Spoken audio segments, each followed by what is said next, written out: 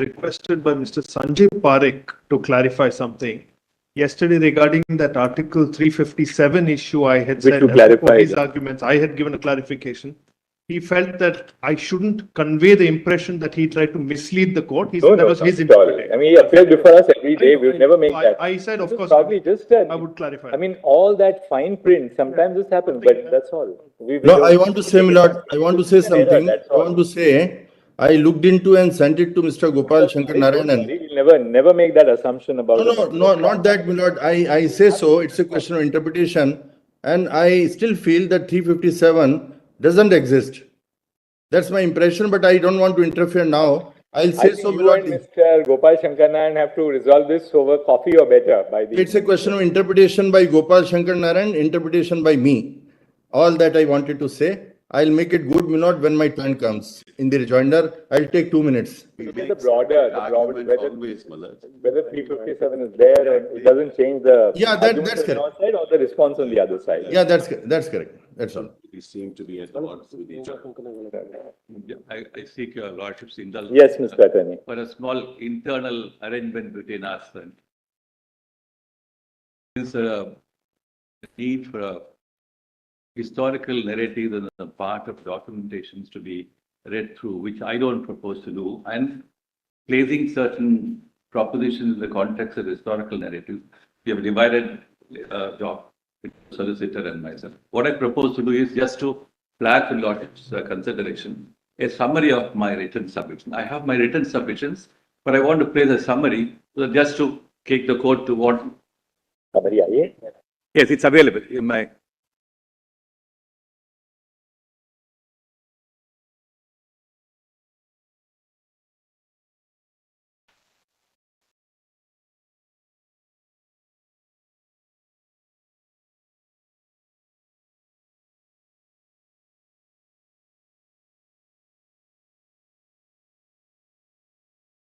Who you are appearing for, likewise for the solicitor. But as a matter of bifurcation, both of you would be appearing for the Union of India, right? And Jammu. All right. And so between the two of you will be appearing for the Union and the state. The rest are all for interveners, Mr. Dwivedi, Mr. Giri, Mr. Salve, Mr. Jetmalani, then Guru, and Mr. Nataraj, you will be appearing for the Union? Okay, but then if something, all right. Subjects are bifurcated, there won't be any repetition. Like Mr. Banerjee also appears for whom?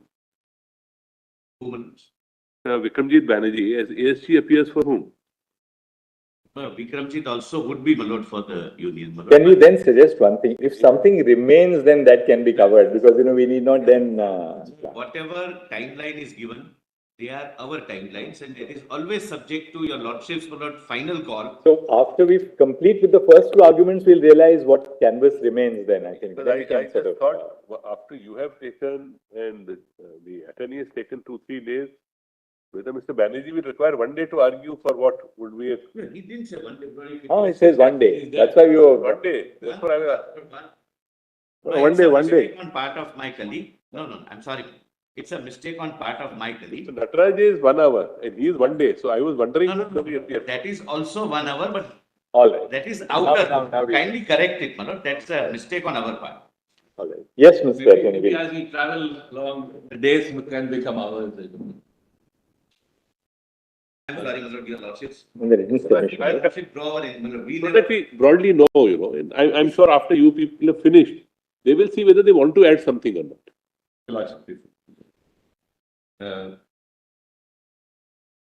When I begin reading my brief summary. Summary of letters.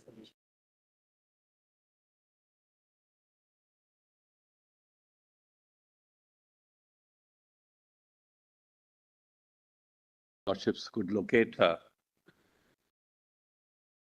It's in the written submissions folder.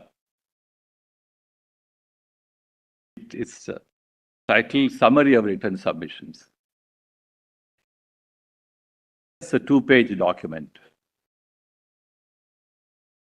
Before I do that, I must certainly thank all my esteemed colleagues on the petitioner who brought in a lot of very insightful understanding of this emotion, passion-ridden issue and complicated from many angles.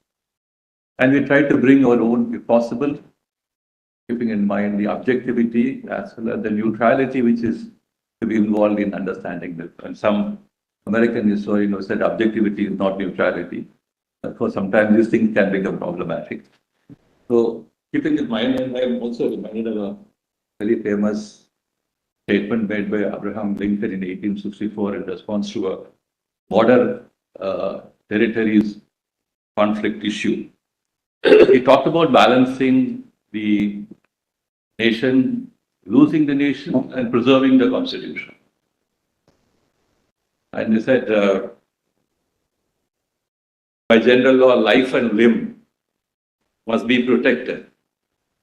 But yet often a limb must be amputated to save a life, but a life is never wisely given to save a limb. I'll place that very full extract of it later on. For balancing between losing the nation and preserving the constitution. Which will be my running theme in trying to say, we want to say that constitution will be preserved in the context of the processes, due processes, the fairness of the processes, and how these procedures are important for the integrity of the constitution on the one hand, and losing the nation on the other hand. Equally, Mr. Attorney General, we can't postulate a situation where the ends justify the means also, right? I know about that, but means has to also be consistent with the ends. We all of us understand that. So very often this question confronts all of us, both in personal life, public life, the politics of the nation, the dynamics of the political process, and so on.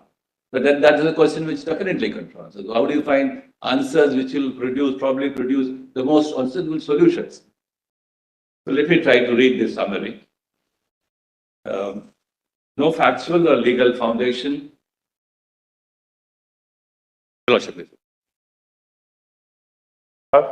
Is that what you're reading? Or The summary of it.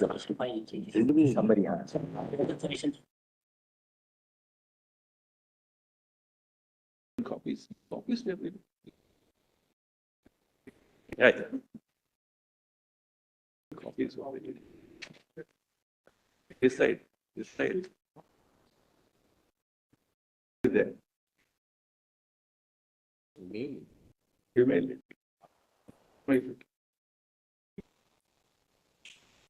Lordships do not have it. Can I hand over a?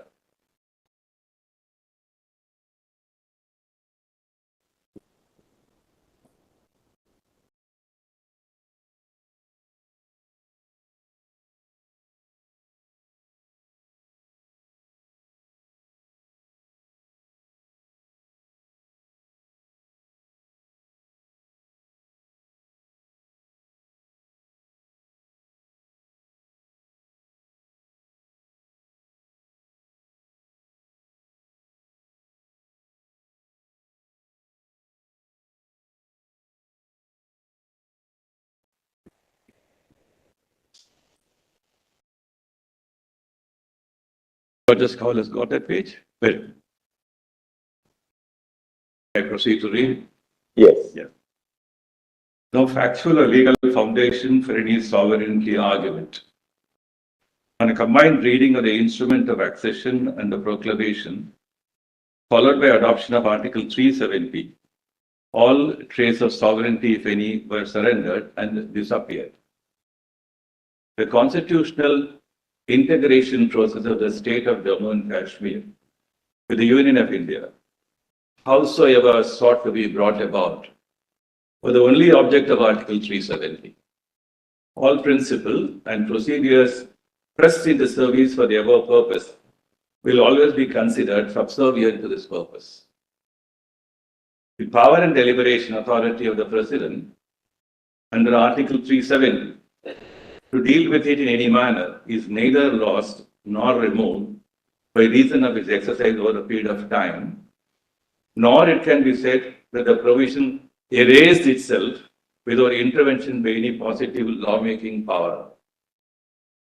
Article 370 was conceived and designed to aid the constitutional integration process on the same line as it happened with other states. Its continued exercise over a period cannot be seen as a cloud over or a distortion of its original purpose. Any discretion exercised beyond its original purpose, seen as introducing room for whittling the constitutional integration or otherwise, can always be deliberated upon to bring about any changes in its contents or its abrogation. All judicial pronouncements in regard to Article 370 must be seen in the context of the challenges and claims placed before the court and their total view to be kaleidoscopically seen.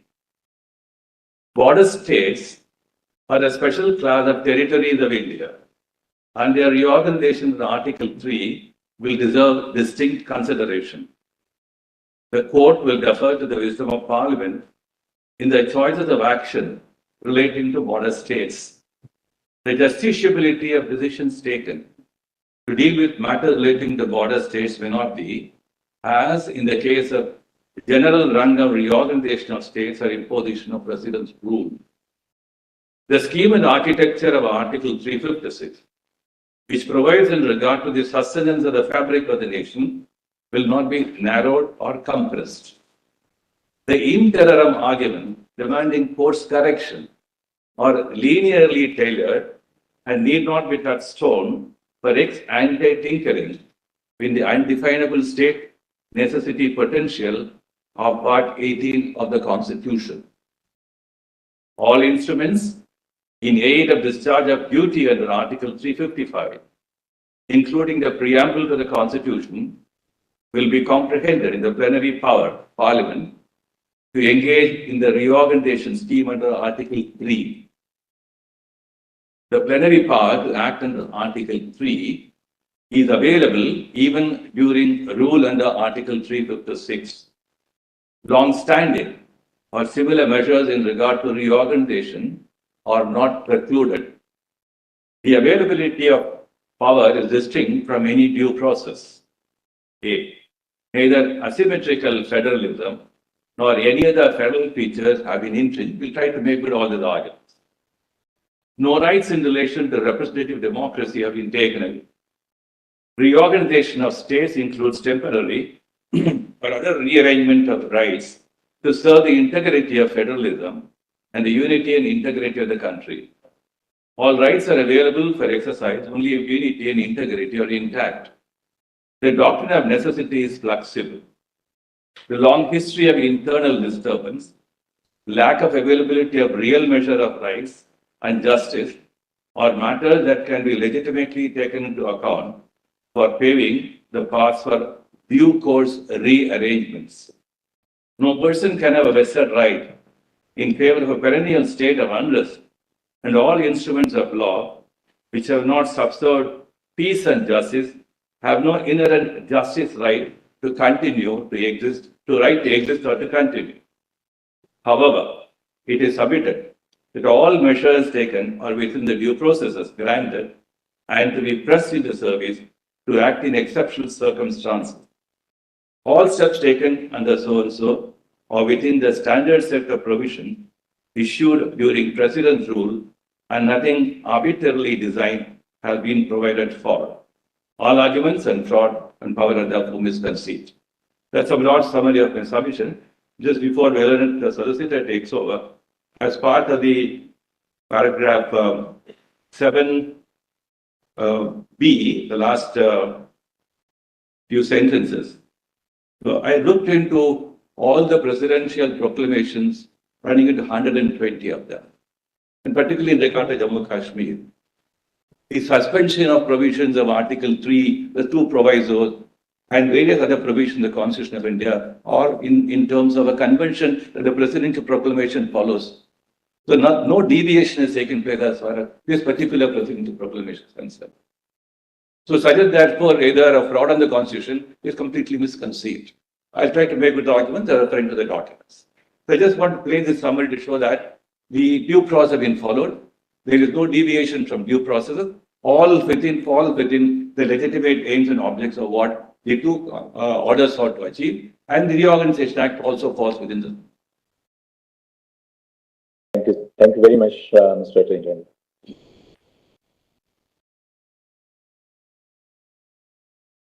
Yes, Mr. Sul. Please, Your Lordship.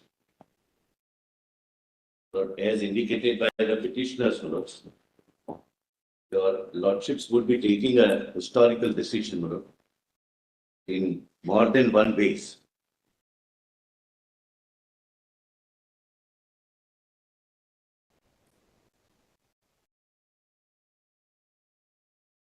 But first, this is for the first time, Lords, after 75 years, that your Lordships would be considering that the privileges with which the residents of Jammu and Kashmir have been deprived of till date, have been conferred. And I make this submission good, that so far, Article 370 function as a detriment between the welfare scheme flowing from the center, the constitutional right flowing from the center, and the residents of Jammu and Kashmir. But second thing, but because of this confusion, whether it is temporary or permanent, there was a kind of a psychological duality which was in the minds of one particular region of our country, though since inception of the constitution, it became part and parcel of inalienable and integral part of India, but there remained a psychological duality, whether induced or otherwise. That, my Lord, your Lordships would end. Judgment going either way, my Lord, that position would end. And third, my Lords, Mr. Solicitor, the first one, can you just in a sentence again formulate it? I somehow missed the first one. yes. Lord, your Lordships would find at the end I of don't want to interrupt my learned friend, Malad, but the new volume has been added. 2 new volumes have been added, which were not there before, 2 days ago. I don't know, Malad. I may be wrong. I have no objection, Malad, but I just want to point that out. it was added with the permission of the court before 6 days. It was added, that's all I'm saying, Malad. The written submissions are new. I'll not object to any of that because I don't believe in objecting to materials which are relevant for the court. No, But since the court told me. was permitted. We mentioned your Lordship. I'm not disputing, you may have mentioned. I'm just saying, Malad. I have still no objection, Malad. Volume 3 are your submissions, Mr. Solicitor? What, my Lord, your Lordship, my Lord, the Chief Justice would recall, Lord, what we have done is my submission, the submissions of the learned attorney, and my Lord, all our submissions are placed in one volume. Our submissions, my Lord, were new and detailed after, my Lord, hearing them. And thereafter, my Lord, in a chronological order and with continuing pagination, they form part of volume number. On Monday, when the solicitor mentioned in the morning, you informed us that the list of dates which has been filed by Mr. Sibal, Yes, that is incorporated. you are adopting the same list of dates, but where you are adding something, Yes. you are putting it all together, so we don't have to flip between list of dates. Written submissions are all new here. Lord, this Are would have all been new. objected I'm on not that disputing. day, I Lord. still am not disputing. I believe. I still will not dispute, and I'm just saying, Malad. Then let's start, my Lord, because I'm only saying, Malad, I was not allowed, that's all. All these are all new, but I don't mind, Malad, we'll answer. What we had, when he mentioned on Monday morning, I think we asked him whether notice has been given to everybody, and solicitor said yes.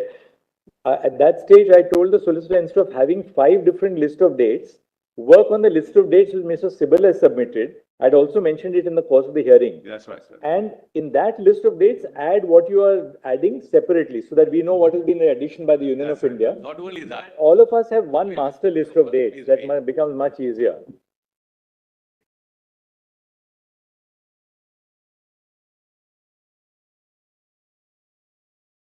I don't know. it would have been better if this objection would have been raised. Because let's not, Sorry. my Lord, when people are watching, let's not be, my Lord, school children like objections, my Lord. It was given on that very day at night. No, it's because the Not court right, Apart from that, not please informed. hold your The tongue. document is created on 24th August, which is today. The PDF says it's created 24 August. So I don't know how it would have been mentioned. Mr. Prasanna, Anyway, Malad, I think that we should go on with the hearing. I'm not objecting. No, let's say. you object and thereafter you are saying I am not objecting. Because I was told that I should not be able to add anything. I had only put some, just No, 5 no, pages. whatever is, assuming that Your submission also, it would have resulted in many more people. That's why, Malad, I didn't press it. I don't think we should go on this. But even that has been taken note of. That's all I'm saying. Mr. Gopal Shankar Narayan was here from day one. He could have told us, but my lord, I must make a positive statement. Before we mentioned before your lordships, the previous night, this was placed on record with a service to all. They were aware and my lord, they knew that this is the master list of dates which all of us on this side will rely upon. Your But Lordship, Mr. may I clarify? One second. Mr. Solicitor, on your master list of dates, I hope you have maintained the integrity of the original list of dates. Yes. Where you want to add something that you have indicated to us in a separate note or separate color or What I track have, change. what I have done is, my lord, I believe at the outset that it seems my list of date contains something because this first objection appears to be the best point now after my lord, leave this it. list of dates. But leave it at No, that. Lord, Mr. Solicitor, the reason why we ask you is, when one sits down to dictate the judgment, I hope in the list of dates, we will know what is Mr. Sibal's part and what is your part. So long as that is there, it's no difficulty for Come us. to page 1 of my list of dates. So long as it is there, we accept your word for it, but so long as your juniors have prepared it in that way, there's no difficulty. Mr. Sib, only a minute. Mr. Sibal's submission are incorporated in that general common list of dates in italics in blue color, saying KS means All right. that's the list of dates of Mr. Sibal. And whatever you wanted to add, you've added in a separate font or whatever, then there's no difficulty. Nobody has any issue with the list of dates. It's just that if you are filing something, they should tell everybody. What has been done today is there are 107-page list of dates which is filed. Mr. Prasanna knows everything was served. You please tell you, this is what a nodal council is supposed to do. Yes. So, I'm please a moment. The learned solicitor's written submission, apart from the list of dates, has somehow ballooned from 18 pages to 139 pages. And a lot of it in very fine print. Now, I mean, I this is put it the para. airdrop 3 minutes ago, 5 minutes ago, I got it on airdrop. Huh? So that. But from I mean, Mr. Prasanna, not by me. If you're, nobody, when Mr. Sibal says he has no objection, yeah, there's. But from your nodal council, he gives Or- you date, my lord. Yes, may I clarify? We can. Mr. Prasanna is trying to say something for last 5 minutes. Yeah, Mr. Prasanna, Yes. My We lord. were, just 1 second. Let's have a word from the young junior we here. were certainly served last week, Your Lordship. I had not been informed that it had been allowed by the court, which is why I could not circulate it forward. So that was. So It was uploaded on Sunday night. Your lordships can check up now. Everything, my lord, is possible to be ascertained and verified. So say that it was emailed to him on Sunday night with a copy to Mr. Prasanna. Yes, my lord. Yes, that's correct. That's In fact, correct. we should- It was I not don't want to circulated find because it fault had with not been Mr. allowed by the Said court. That that is it not has something come. that I had been informed that it had been allowed by the court. That was where the case is.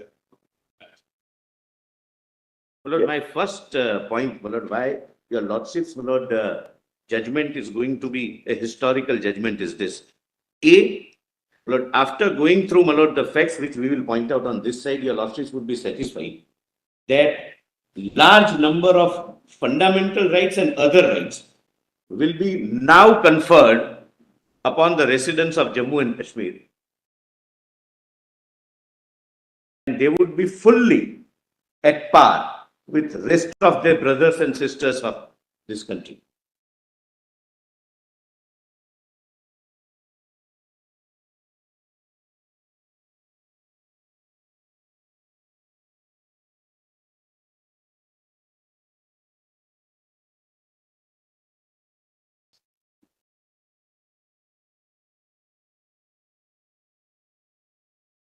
Yes.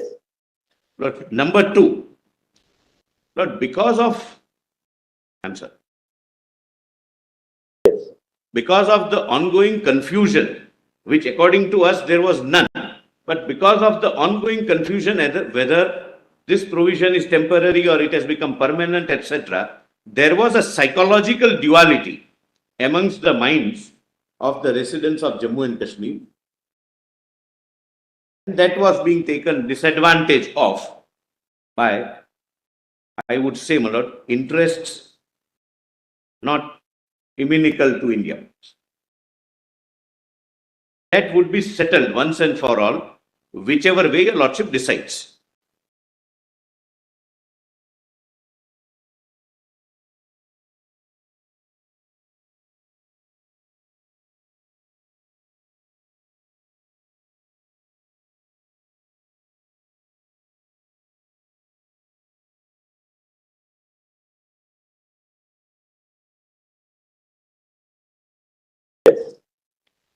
No, my lord, I'll take your lordship, my lord. I must, my lord, assure your lordships that yesterday we undertook an exercise that your lordships have been appraised with almost everything, my lord, on facts. But your lordships are specifically not appraised with many things. So, my lord, in my list of dates also, we have, my lord, marked which portions we would not trouble your lordships by reading. So, kindly directly come to, my lord, in that common compilation, page 6, PDF page 6. Volume 3.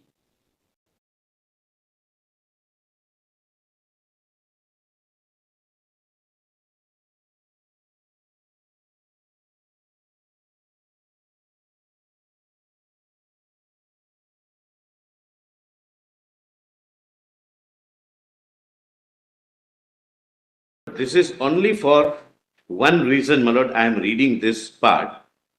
My Lord Justice Gawai was pleased to put a question. There was a Praja Sabha constituted, your lordship would recall. And my lord's question was, what was the composition of the Praja Sabha? So that is what is mentioned. Your lordship would find the second date, my lord, on this page is 20. Just only one thing, Mr. Agarwal, Mr. Kanu Agarwal. I'm not asking the solicitor this. In the list of dates, there is some dates which are marked by the light brown. Yes. One by green, one by blue, and Please come to page so 4. is there a distinction for our Please come purpose to between page is there a like green, blue? It's a legend. Page 4. Page 4 will be the answer. We just want to see Page 4. Then we have clarity, This is one of the color scheme which we have used. All History right. of Kashmir is this color. All right. Then British events, law and statements. Agreed. Then blue will be Indian constitutional history.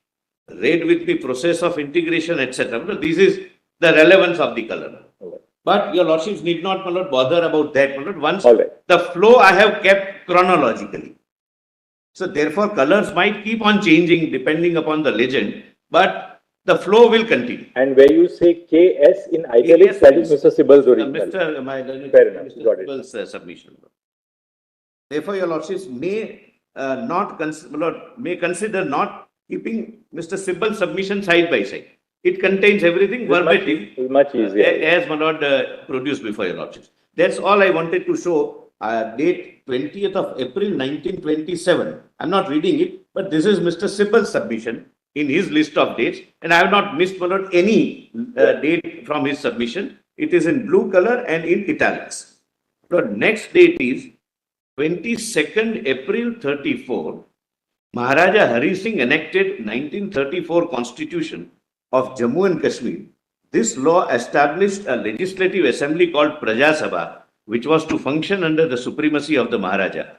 Lord, answering my Lord Justice Gawai's question, the Praja Sabha was to have 75 members, of which 12 would be officials, 33 elected members, and 30 nominated members.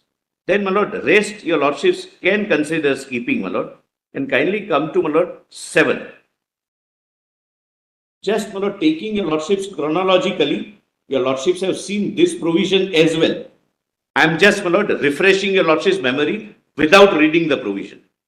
Lord, this is a part of Government of India Act 1935. But why it has become long the relevant parts are quoted for your lordship's immediate reference. My lords may not have to go through volume 1, PDF page so and so, but page numbers are also mentioned, my lord, if your lordship would like to go through.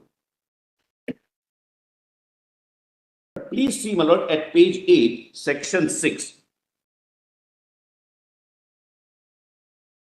of Government of India Act 1935. Accession of Indian states.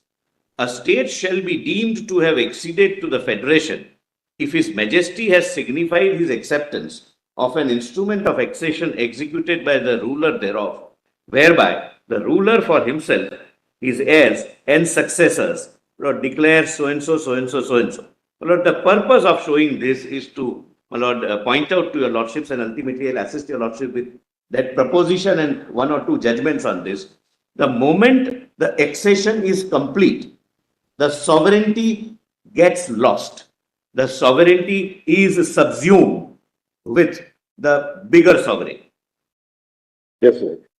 There is a Privy Council judgment and few other judgments also, Lord, which we'll, Lord, take a little later on. Lord, there is one trivia, Lord, I have just added it. It doesn't make any difference for either of us.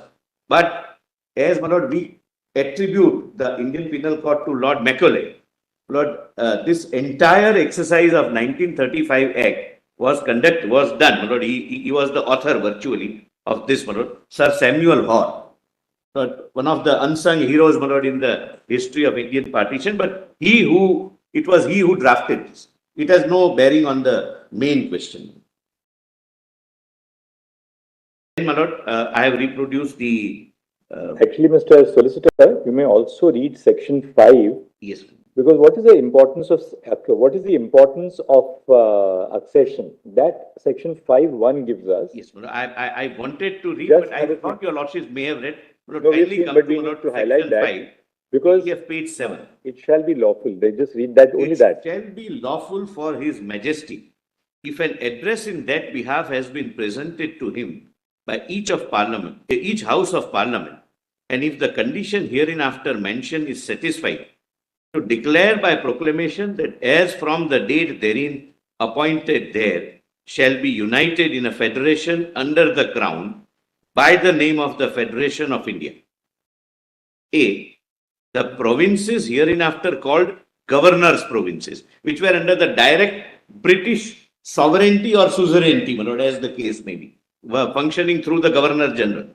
Then B, the Indian states which have acceded or may thereafter accede to the Federation, and in the Federation so established, there shall be included the provinces hereinafter called Chief Commissioners' provinces, not the smaller regions which eventually... The consequence of an accession under the Government of India Act was that then the acceding, they would be united in a federation. In the federation. The key words really in 5 are united in a federation. In a federation. So, Lord, that is the first stage of losing sovereignty. The moment you sign accession and it is accepted. But you'll have to at some stage deal with the argument which they have urged that sovereignty itself has an external component and an internal component.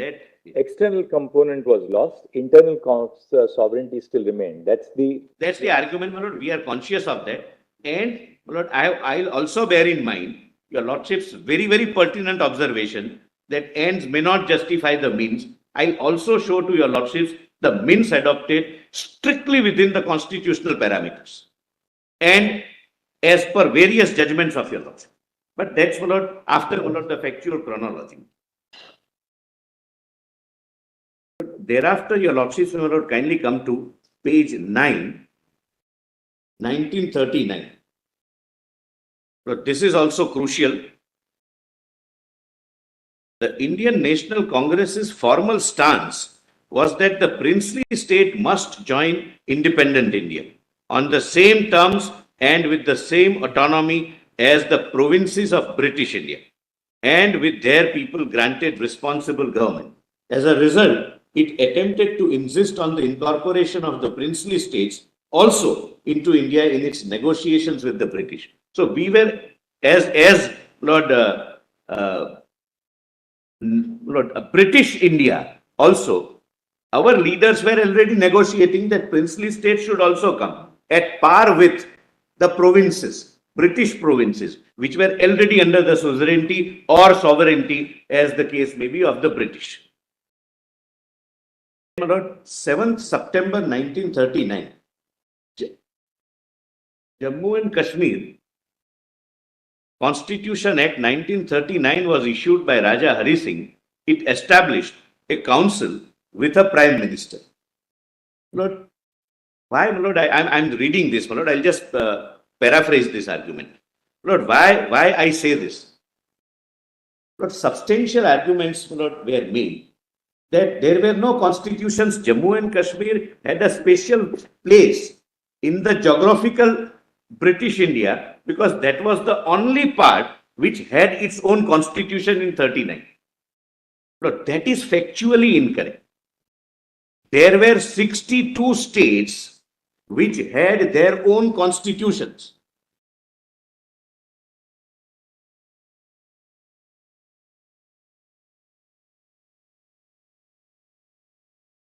Whether they are named as constitution or any instrument of governance, internal governance. I'm just trying to show that the argument that Jammu and Kashmir had a special status from the beginning, which continued till date, is factually wrong. The foundation is wrong. And 286 states were in the process of framing that constitution during this period of late 40s, late 30s, 39 onwards.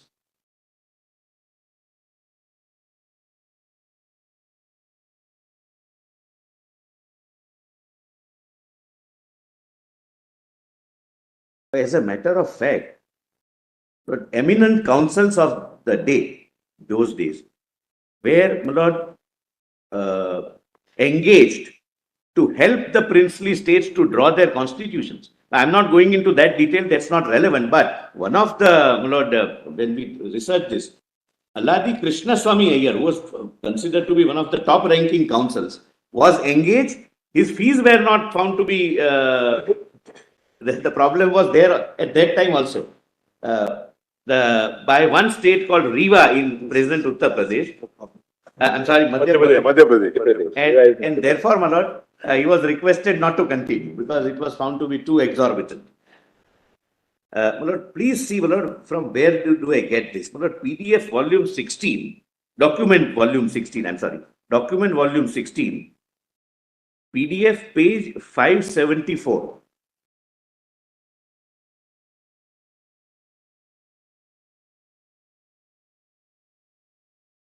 Document volume.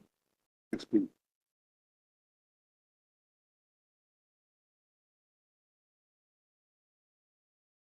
This is a research paper by a very eminent professor of Yale. He has done at 584 directly, because this is history. I may not trouble your lordships beyond a point, but 584. The running page would be 10514.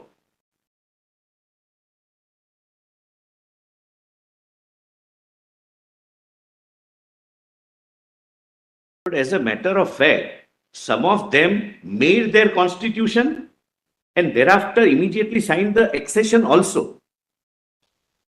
And I'll also show to your lordships from this chronology that the draft accession agreement was common to all. Everybody has signed the same draft.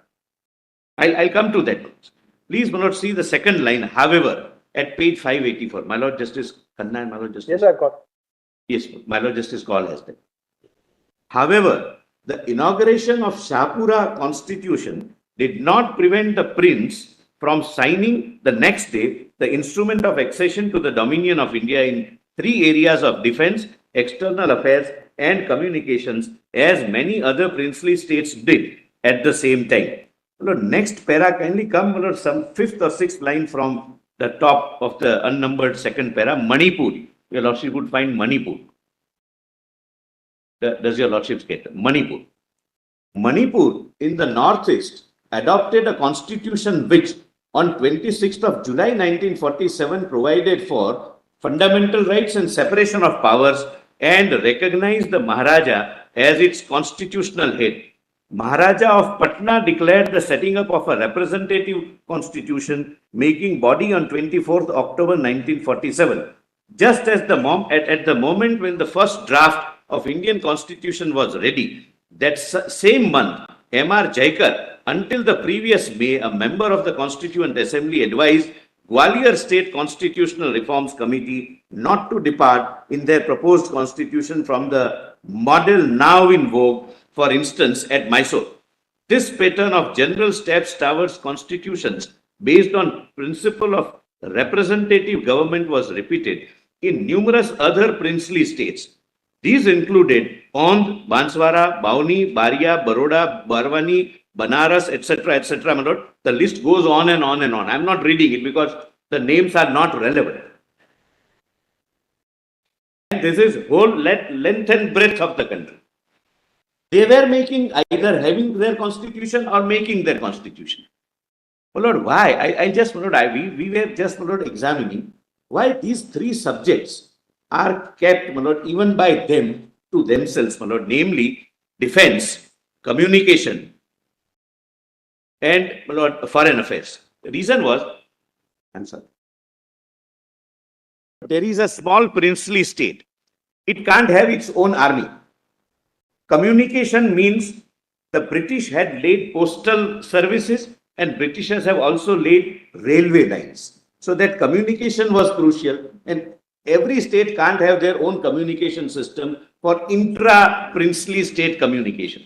And foreign affairs, my lord, obviously, my lord, they would like the greater power, my lord, to control. That was, my lord, basically the idea. Thereafter, my lord, as I go on, your lordships would be satisfied that ultimately everything started getting subsumed, and you know, there are discussions. Once Article 1 comes into force with first schedule, all states which became part of the first schedule, you know, came to be governed by the Constitution of India, and the only sovereign which remained was we, the people of India. Now kindly, my lord, come back to my I'm sorry, my lord, last line, last line, I'm so sorry, my lord. In that page 585, first para, last line. So far as we have traced, your lordship gets, my lord? It's somewhere, my lord, fifth line from the bottom of the first unnumbered para. So far, your lordship gets, my lord? So far, we have traced 62 states that framed their own constitution and 286 others that were involved in making constitutions for union of states, which shaped the new constitutional landscape. This fact has gone largely unnoticed in the study of India's constitutionalism. So, my lord, first, why I am pointing out the basic argument that Jammu and Kashmir was the only princely state having its constitution and therefore was getting a separate treatment is factually not found well founded.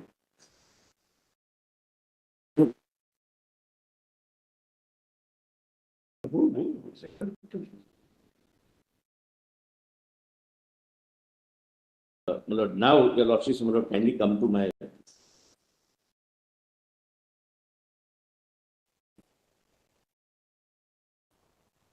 But kindly come to page 10.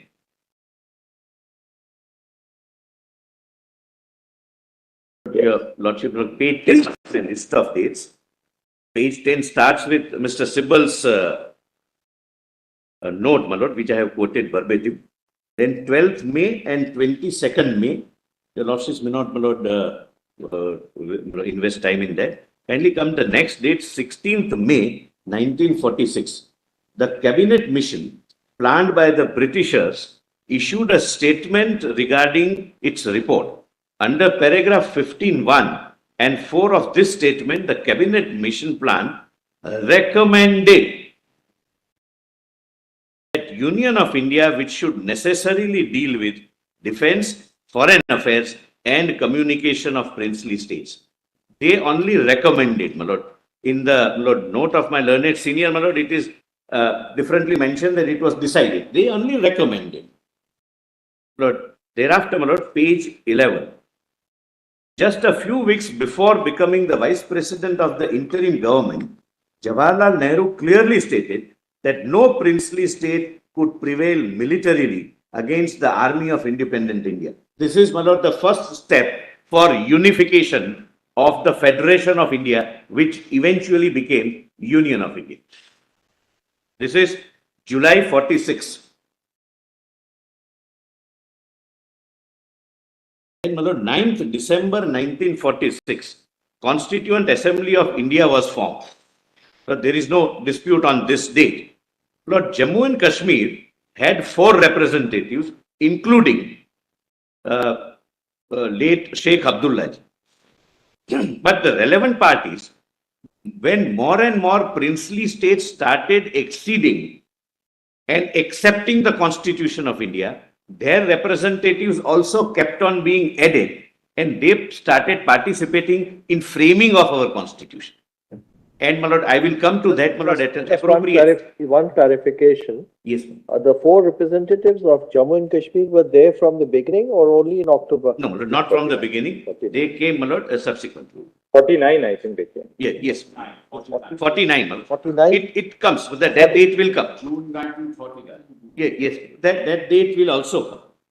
And I mean, my lord, at the outset, my lord, just flag it. It would come in the chronological order. All these states who eventually became part of the Union of India had their differently worded instruments of accession. Some of them have said that taxation would be within our domain only.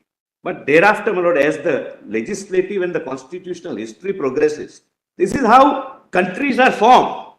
When, my lord, we have more than one federal units, and it's unlike American federalism where they entered into a contract to form the union. We didn't adopt, my lord, that model in a very wise, my lord, foresight of our forefathers, that they did not choose that option.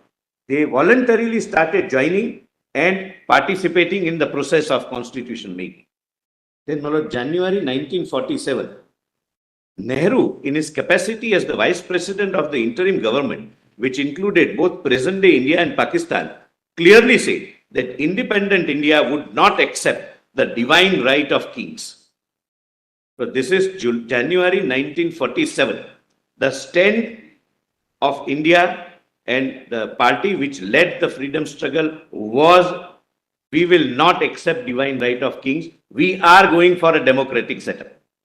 And that stand remained consistent, as I'll point out. On 22nd January 1947, the Constituent Assembly of India adopted objective resolution. But my learned senior, my lord, read only one part, my lord, which is para 3. My lord, let me read para 3 and then rest of them. These were the broad, kind of objection reasons based upon which the Constitution was to be framed. Para 3. Declared that princely states that had joined the Union of India, whether with their present boundaries or with such others as may be determined by the Constituent Assembly, and thereafter according to the law of the Constitution, shall possess and retain the status of autonomous units, together with residuary powers, and exercise all powers and functions of government and administration, save and except such powers and functions as are vested in or assigned to the Union. Lord, the interpretation given by the petitioner was that the autonomy was the foundational stone of the constitutional making. Lord, this autonomy will have to be understood from the subsequent paragraphs. States are still autonomous in case of, Lord, list 2, schedule 7, etc. There are several provisions giving them an internal autonomy while being a part of the larger Union of India. Paragraph 4, this, according to me, should be read. Declared that all power and authority of the sovereign independent India, its constituent parts and organs of the government are derived from the people. The seeds of democracy born for the first time. That the sovereignty would vest in we, the people of India. Then 5. Declared that there shall be guaranteed and secured to all the people of India justice, social, economic and political, equality of status. Kindly mark this, equality of status was the avowed goal while framing the constitution. One union or one segment of the Union of India cannot be deprived of the rights which are enjoyed by rest of the countrymen. Then 7, declared that there shall be maintained the integrity of the territory of the Republic and its sovereign rights on land, sea and air according to justice and law of civilized nations. And 8, declared that this ancient land attains its rightful and honored place in the world and makes it full willing so and so, so and so, so and so. Now, your Lordship, kindly see the next day, 25th January 47, the resolution for the establishment of the Union Powers Committee in the Constituent Assembly was passed. Lord, your Lordships can skip the next day, Lord, a statement by Clement Attlee, the then Prime Minister of Lord Britain. Then, my Lord, 17/4/1947, the first report of Union Power Committee was that is, my Lord, of the Constituent Assembly, was published widely, expanding the scope of phrases, defense, foreign affairs, communications, and powers necessary to raise the finances required. Further, the said committee further recommended in para 3 powers and subject which were inherent or implied or resultant from the express powers of the Union, that is judiciary, services, RBI, etc. It was also hoped that certain other subjects would be included in the Union list or that like insurance, planning, banking, patents, etc. Lord, this is the first report. Lord, the note of the petitioner, my Lord, which I have quoted, does not mention, my Lord, about this first report. They have directly gone to the second report. Therefore, my Lord, this has its relevance in the chronology. I have placed it, my Lord. Lord, second, the date can be, my Lord, skipped. Nothing turns on that. Constituent Assembly resolution appointing Union Constitution Committee, etc. Lord, 3rd June is an important date. 3rd June 1947. The legislative representatives of the Indian National Congress, the Muslim League, and the Sikh community came to an agreement with Lord Mountbatten on what has come to be known as 3rd June Plan or Mountbatten Plan. This plan was the last plan for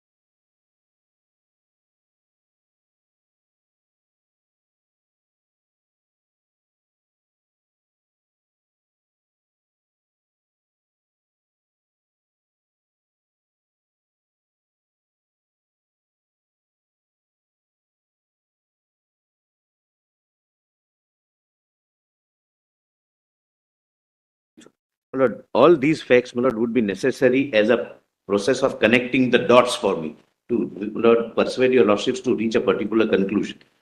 Even otherwise, whichever way, my Lord, your Lordships would like to ultimately decide, these facts would be relevant, my Lord. Therefore, my Lord, I am placing only those facts which are relevant, my Lord, to the issue. Lord, now Mountbatten Plan comes. This is the only plan, Lord, for independent India, my Lord, last plan. The British government proposed a plan announced on 3rd June, my Lord, I'm sorry, Mr. My learned senior, Mr. Dwivedi points out that this resolution, which I say, my Lord, objective, my Lord, was thereafter passed, framed and placed before the Constituent Assembly in 46, which was approved by the Constituent Assembly.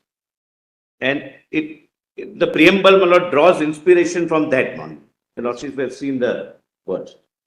There was a lot of discussion also on that. Yes, yes, Objective resolution. yes, my lord. It was proposed by Pandit Jawaharlal Nehru. On 13 December 46. Dr. 46. Ambedkar criticized a lot about that. Yes. He said that there are many things which are missing in what we have promised. My lord, as a matter of fact, the first letter of Dr. Ambedkar, while introducing the draft constitution, makes a very interesting reading. So his speech of 4th of December 1948. Yes, yes, yes. Lord, when we go through the Constituent Assembly debates of India, Lord, we really feel as citizens that we were in safest of the hands. Lord, now this proposal contains, my lord, these principles. Principle of partition of British India was accepted by the British government. Then second, successor governments would be given dominion status. Autonomy and sovereignty to both countries, that is India and Pakistan. Then third and fourth and fifth is relevant. Both can make their own constitution. And fifth, princely states were given the right to join either India or Pakistan. Princely states had no option to remain independent under this plan. It comes thereafter in 1947, but Lord Mountbatten advises the Crown of the Chamber of Princes that it's not viable for most of you. You can't survive as independent units. But in this plan, they could join either Pakistan or India, depending upon several factors, but mainly the factor of geographical proximity. For example, hypothetical example, Delhi can't join Pakistan because of the land route not being available, etc. Now, my lord, next date, 27 June, your lordships may, my lord, skip, June 47.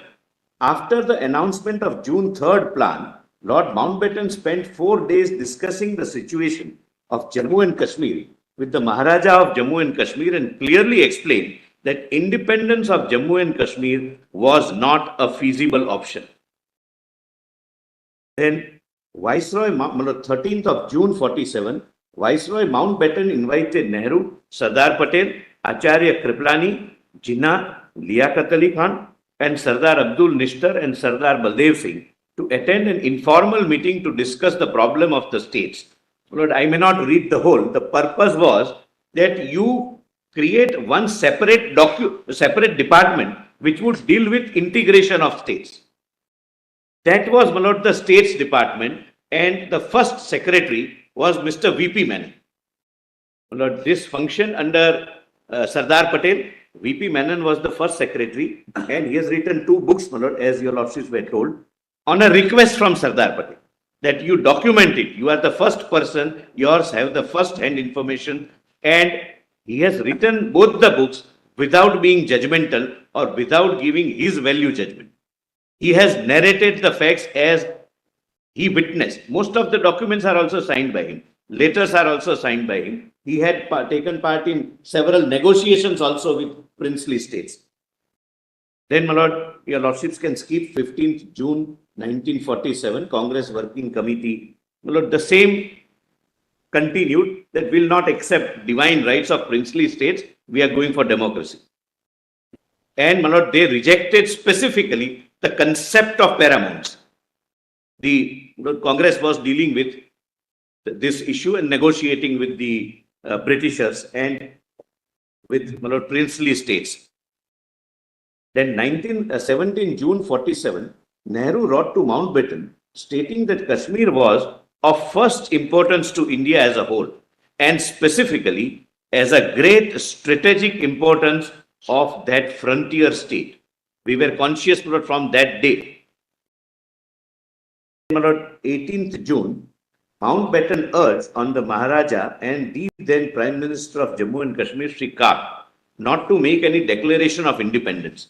He also pressed them to take measures to ascertain the will of the people and to announce their intention to send representatives to one constituent assembly or the other, that is Pakistan or India. The State Department, he told them, were prepared to give an assurance that if Kashmir joined Pakistan, this would not be regarded as unfriendly by the government of India. The Maharaja allegedly replied to the same by stating that he would never accede to Pakistan, as they were setting up a theocratic state. Mountbatten pointed out the dangerous situation in which Kashmir would find itself if it did not have the support of one of the two dominions after 15th August. Well, this is by Narayani Basu and VP Menon's book. Well, they have reproduced. Well, we have Lord Narayani Basu was, I think, granddaughter of VP Menon, and a very seasoned bureaucrat, subject to correction. The second part is subject to correction. Then, my lord, the State Department is formed. That date, my lord, your lordships can consider skipping. Then 3rd July 47, Sardar Patel wrote to Hari Singh stating that interest of Kashmir lie in joining the Indian Union and its constituent assembly without any delay, and also say that its past history and tradition demands it, and all India looks up to you and expects you to take this decision.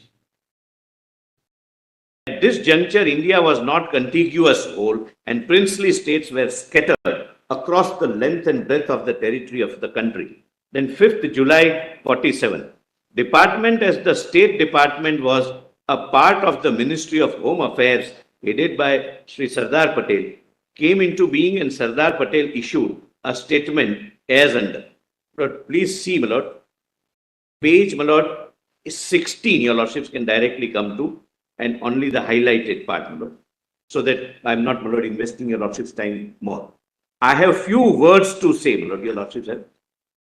See, my lord, we have dealt with every princely state in a democratic manner, and everyone has voluntarily come, including Jammu and Kashmir, as I will show, my lord, further. I have a few words to say to the rulers of Indian states, amongst whom I am happy to count many as my personal friends.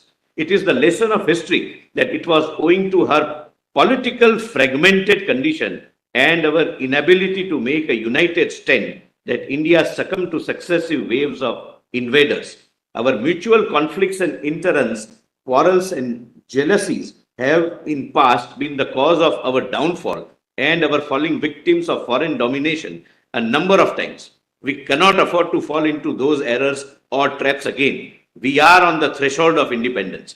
Then, my lord, again the highlighted part. But there can be no question that despite this separation, a fundamental homogeneous culture and sentiment reinforced by compulsive logic of mutual interest would continue to govern us. Much more would this be the case with the vast majority of states which, owing to their geographical contiguity and indissoluble ties, economic, cultural, and political, must continue to maintain relations of mutual friendship and cooperation with the rest of India. Lord, please, my lord, come to next page, my lord, 17, highlighted and bold part. But I am skipping something which is in the same breath, my lord, same line, the Lord Sardar Patel says. Nor would it be a policy, my lord, I am reading the highlighted part only. Nor would it be my policy to conduct the relations of the new department with the states in any manner which severs of the domination of one over the other. If there would be any domination, it would be that of our mutual interest and welfare. My lord, this is where, my lord, Sardar Patel showed the seeds of, my lord, federalism and balance of powers. That nobody would be dominant, nobody would be subservient. The only thing dominant would be our mutual interest and unification and unity of the nation.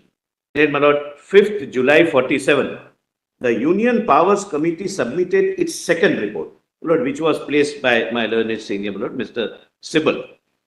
Kindly, my lord, first was not placed, and I want to read fully, my lord, only a part was read, my lord, and it may have, my lord, potential to assist your lordships.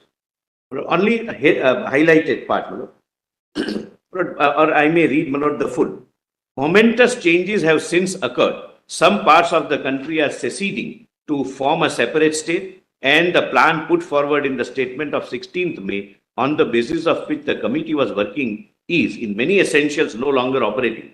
In particular, we are not now bound by the limitations on the scope of union powers, The first point accordingly that we considered was whether in the changed circumstances, the scope of these powers should be widened. We had no difficulty in coming to a conclusion on this point. The severe limitation on the scope of central authority in the cabinet missions plan was a compromise accepted by the assembly much, we think, against its judgment of the administrative needs of the country in order to accommodate the Muslim League. Now that partition is a settled fact, we are unanimously of the view that it would be injurious to the interest of the country to provide for a weak central authority which would be incapable of ensuring peace, of coordinating vital matters of common concern, and speaking effectively for the whole country in the international sphere. At the same time, we are quite clear in our minds that there are many matters in which authority must lie solely with the units. Stronger center, but federal structure. Therefore, we say it's more unitary than federal or more federal than unitary. That is the first rule. Units, and that to frame a constitution on the basis of a unitary state would be a retrograde step, both politically and administratively. We have accordingly come to the conclusion, a conclusion which was also reached by the Union Constitution Committee, that soundest framework for our constitution is a federation with a strong center. In the matter of distributing powers between the center and the units, we think that most satisfactory arrangement is to draw three exhaustive lists on the lines followed in the Government of India Act 1935, that is, federal, provincial, and concurrent. Lord, appendix to this report, Lord, please see the note. The appendix to this report had a union list with a wide array of subjects, that is 87 in total, Lord. Now we have 97, Lord. Now, Lord, kindly come to, Lord, the next date, 10th July 1947. So this is a very important statement made on the floor of British Parliament by Clement Attlee, the then Prime Minister of India. This is not available otherwise, but in one of the recent judgments of the British court, where, my lord, there was a dispute regarding properties of Hyderabad's Nizam. Lord, this is quoted. He had transferred some $1 million and there was some dispute between High Commission and Nizam. That's not relevant. From there, my lord, this quotation, my lord. My lord, at the foot, my lord, I have underlined. I'll read only that part. A feature running through all our relations with the states has been that the Crown has conducted their foreign relations. They have received no international recognition independent of India as a whole. With the ending of the treaties and agreements, the states regained their independence. They had treaties with British government with regard to communication in terms of postal, railways, etc. Everything was come to an end. But they are part of geographical India, and their rulers and peoples are imbued with a patriotism no less great than that of their fellow Indians in British India. It would, I think, be unfortunate if, owing to the formal severance of their paramountcy relations with the Crown, they were to become islands cut off from the rest of India. The termination of their existing relationship with the Crown need have no such consequences. Underline, it is hope of His Majesty's government that all states will, in due course and their appropriate place within one or other of the new dominions within the British Commonwealth, but until the Constitution, etc., I can skip that. Lord, the position was clear that princely state became independent technically, but not viable independent units. Lord, may I start at you?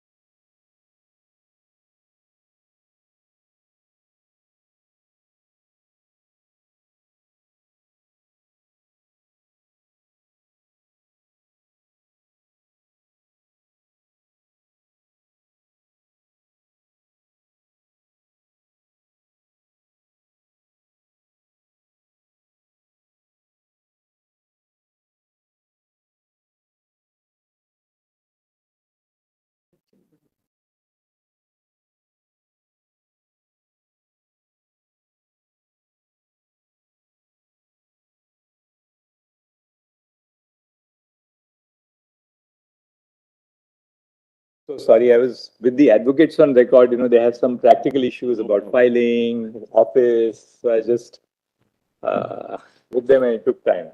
Substantive, my lord, Our own members of the bar who have some, they are responsible to the clients. Yeah. Of course, of course. I was on page 21. I can, my lord, again reiterate my assurance. Whatever may not be necessary for your lordship's perusal, I am skipping it. Why keeping it there, my lord? But page 21, 1947. This would be, my lord, another landmark. Therefore, I must, my lord, bring to your lordship's notice. Under section 9 of the Indian Independence Act, the Governor General of India issued India within bracket Provincial Constitution bracket over Order 1947. What I have quoted is section 6. Section 5 I have not quoted. I'll just paraphrase it. It merely defined the territories and included within it the exceeding states also, exceeding states. Your lordships can, my lord, have a note. Page. Volume 12, my lord. Document volume 12. PDF page 103. PDF page 21, I think. I'm sorry, your lordships are asking about the page of the note. Yes. Page of the note, page 20 or 28? 21. 21, I'm sorry. Page 20, my apologies. I thought your lordships are on.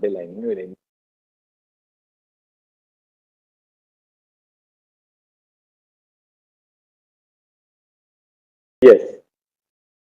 But section 5, my lord, I am on 1947. That is the date, your lordship. My lord Justice Yes, calling this is the way it is. Under section 9 of the Indian Independence Act 1947, the Governor General of India. So 1 second. I'm sorry, my lord, my note. My apologies, my lord, I should have been clear. My note, which your lordships would find respondents' conjoint written submissions. Volume 3, my lord.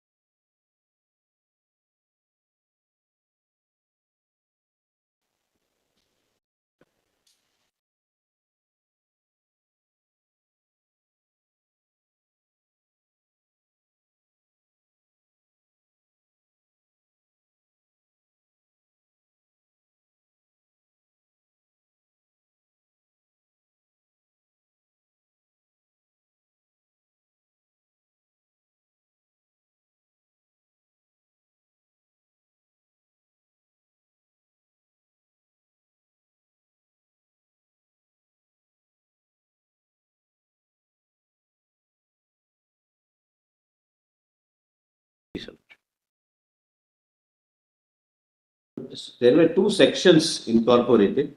Section 5 I have not quoted. I just paraphrase it. It defined territories and included within the term territories exceeding states also. That's all. The lordships would like to note the page number and it's document volume 12, page 103. Now, my lord, the system of accession of Indian states. That was section 6 of this order of 1947. Please see, my lord, 1. May I, my lord? An Indian state shall be deemed to have acceded to the dominion if the Governor General has signified his acceptance of an instrument of accession executed by the ruler thereof, whereby the ruler on behalf of the state declares that he accedes to the dominion with the intent that the Governor General, the Dominion Legislature, the Federal Court and any other Dominion authority established for the purposes of Dominion shall, by virtue of his instrument of accession, but subject always to the terms thereof. Please mark this, my lord, that's the case of the other side, my lord. Therefore, I must bring it to your lordship's notice.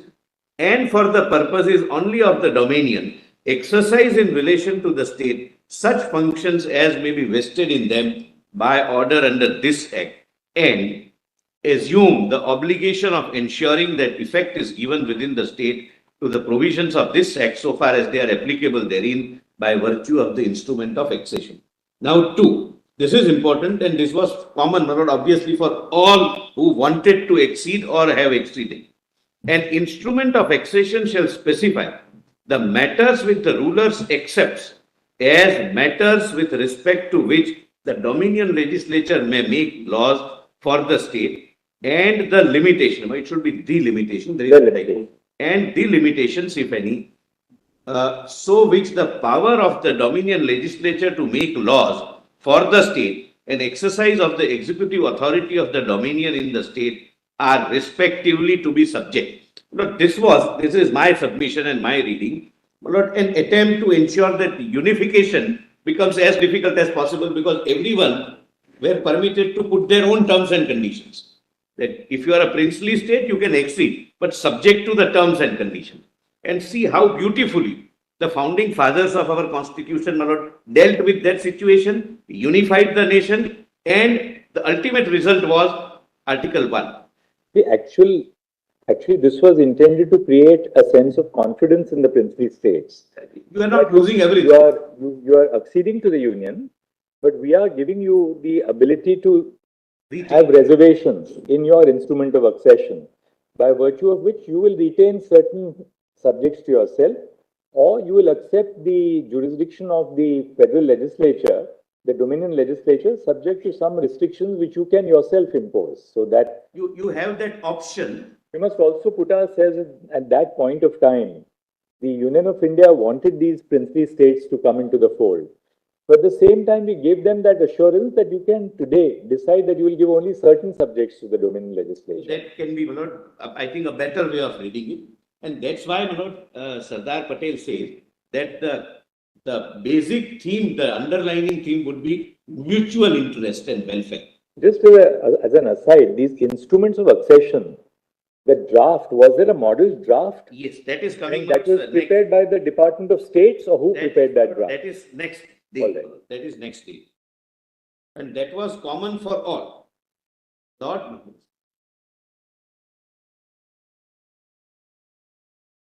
I'm sorry, the subsection 3, my lord, learned AG, my lord, is guiding me to, my lord. The variation of the instrument by a supplementary. By a supplementary instrument executed by him and accepted by the governor, vary the instrument of accession of his state by extending the functions which, by virtue of that instrument, are exercisable by any dominion. So he can forego, he can kind of waive, or he can permit the dominion to do that. Then Lord Mountbatten, speaking to the Chamber of Princes as Crown Representative on 25th July, negotiating committee constituted of 10 rulers and 12 ministers of princely states. This apparatus had in fact been decided upon after heated political debate. Full statement at so and so. I am not reading it, but note, in this process, a model draft of instrument of accession was made. This draft is signed by all princely states of Jammu, and Jammu and Kashmir has not signed any instrument of accession, either special or having any different version at this stage.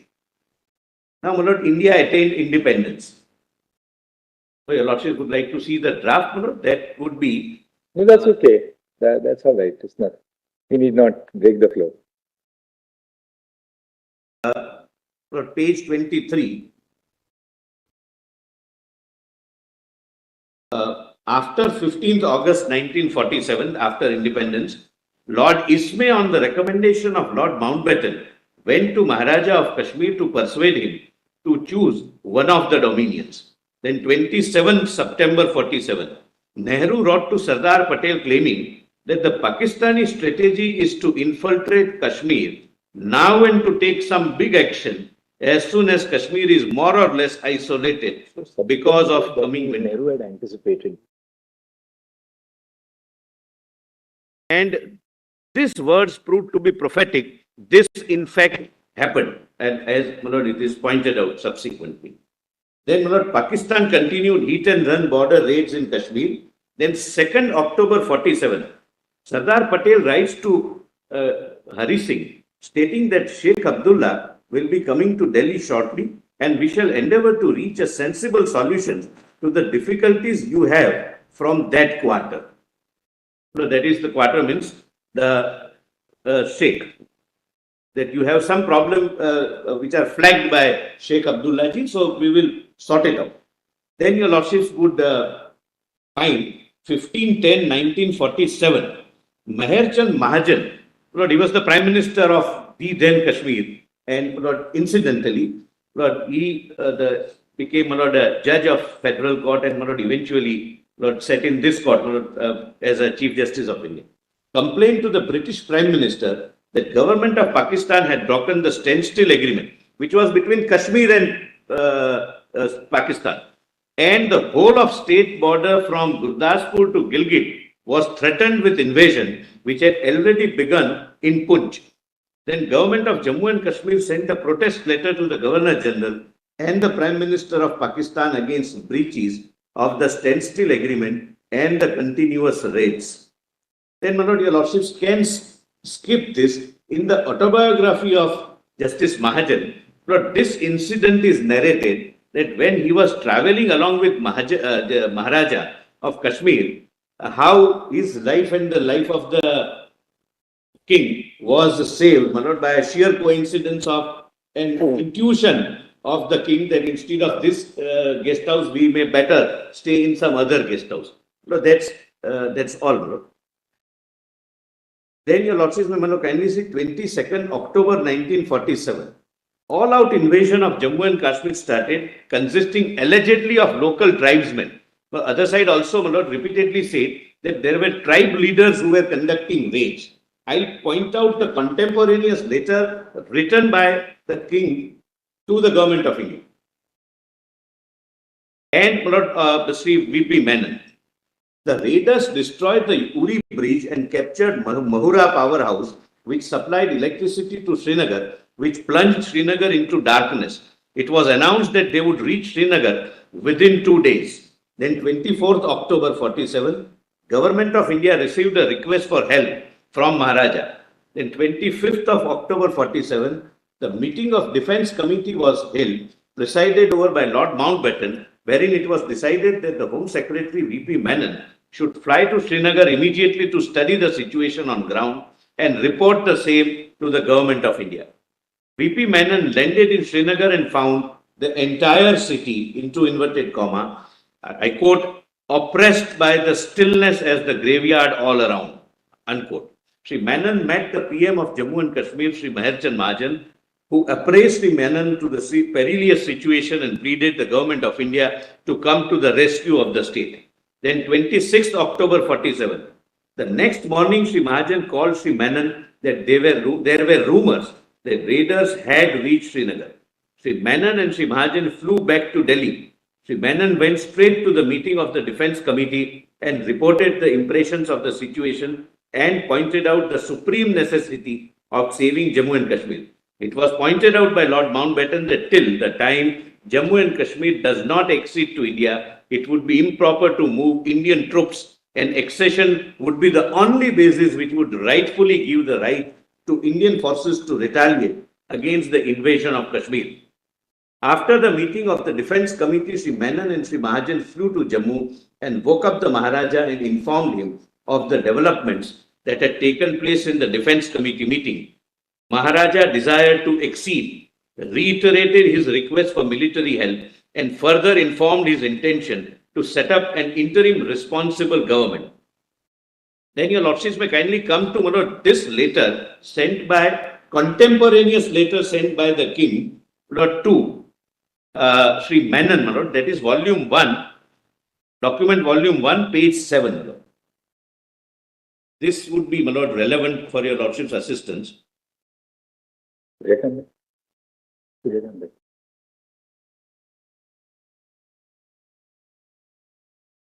Where, my lord, I'm sorry. Document volume 1, PDF 7.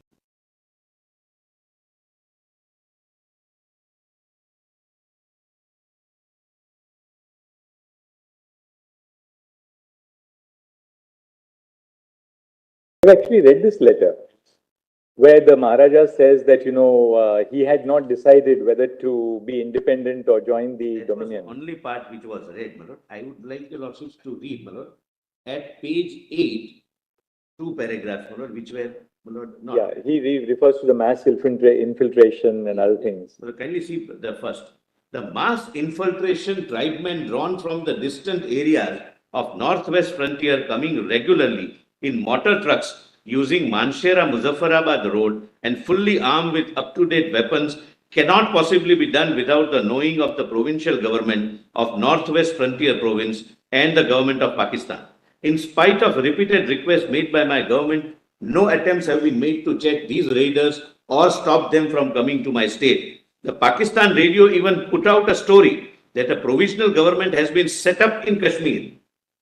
The people of my state, both the Muslims generally, have taken no part at all.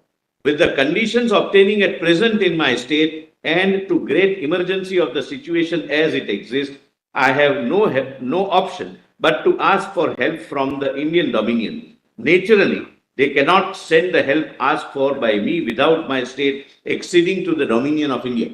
I have accordingly decided to do so, and I attach the instrument of accession for acceptance by your government. The other alternative is to leave my state and my people to freebooters.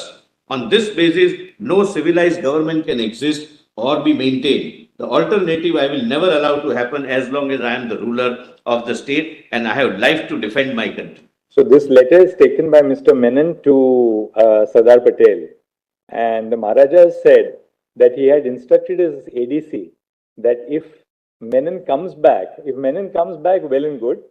That means, everything is according to plan. Otherwise, he said, shoot me when he told his ADC to shoot him dead when he's asleep, he said. He said, if he comes back, don't wake him up, he said. Don't wake me up. Otherwise, if he doesn't, then shoot me, because I would not like to be shot by the enemy forces. That was that's how, my lord, beautifully sent later, my lord. So long as there is a life in me, I'll defend my people. Now, my lord, I am coming back to page 26, my lord. Yes, Suryakant, now. So second, my lord, this is accepted. The instrument of accession is accepted. Then 27th October 1947. Your lordships have page 27. Yes. Second date, 27 October 47, a Herculean airlift operation of Indian troops was carried out in order to carry out the rescue operations in Jammu and Kashmir, which we continued till 2019. Now it has stopped. Possibly the only provision which is not only mentioned to be temporary, but has been understood by all subsequent parliament to be temporary, has managed to continue for 75 years. The moment Jinnah heard that India has accepted Jammu and Kashmir accession and Indian troops had been airdropped into Kashmir, he gave orders to General Gracie, acting Commander-in-Chief in Pakistan Army.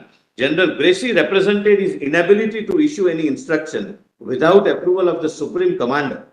Field Marshal so-and-so informed Jinnah that considering the fact that Jammu and Kashmir had signed an instrument of accession, it would not be possible for British officers serving in Pakistani army to enter Jammu and Kashmir. Thereafter, Jinnah invited Nehru to Lahore to discuss the Kashmir problem. Lord, now how, Lord, this is averted. Lord, the diplomacy at its best. Mountbatten was eager to accept the invitation and Nehru was inclined to agree with Mountbatten. However, Sardar Patel was strongly opposed to the proposition on the ground that Pakistan was the aggressor in this case and India ought not to follow the policy of appeasing the aggressor. As there was a difference of opinion between Nehru and Patel, the matter was referred to Gandhiji. Gandhiji called Nehru, Sardar Patel and Sri Menon to Birla House. During the discussion, it was found that Nehru was running a high fever and his going to Lahore was out of question.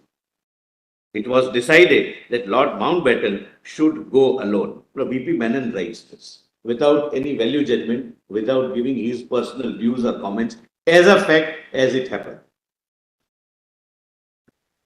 Sometimes running high fever is also an act of diplomacy.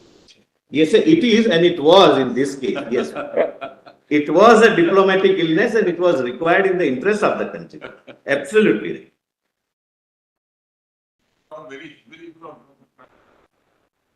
That you should not go. They are aggressors and we shouldn't be appeasing. Sorry? The illness slip which we normally send to the courts. It was a Something like that. not filed as. That's what my learned friend is trying to. Was ready to go to Pakistan. The cabinet put its foot down that it can't be that they are aggressor and our prime minister goes crawling to Lahore to meet Jinnah. Now please see. 16/12/1947, Sardar Patel, I am at page 27, last date on that page. Sardar Patel issued a statement.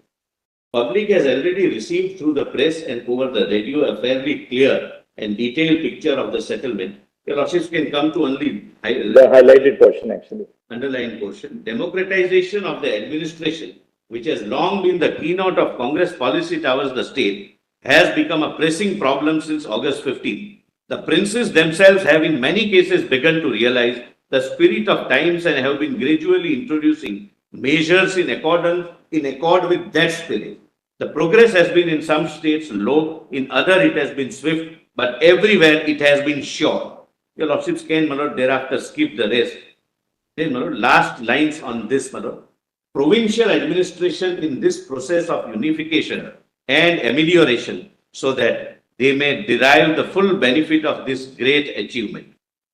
Then, white paper, I have just given the summary.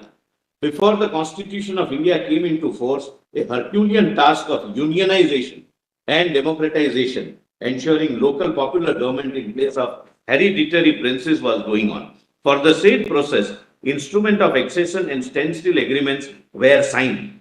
Thereafter, the policy was followed which involved merging the smaller states that were not seen by the government of India to be viable administrative units either into neighboring provinces or with other princely states to create a princely union.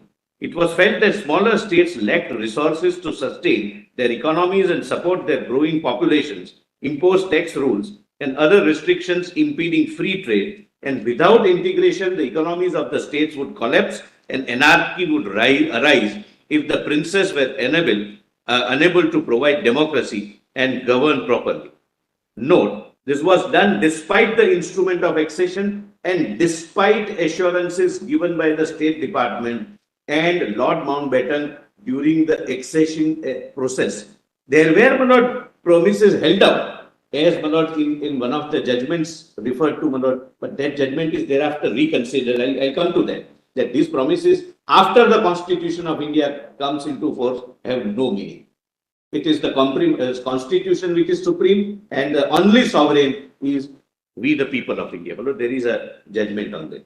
In December 47, princes from the East India Agency and Chhattisgarh Agency were summoned to an all-night meeting with Menon, where they were persuaded to sign merger agreements integrating their states into Odisha, the central provinces and Bihar.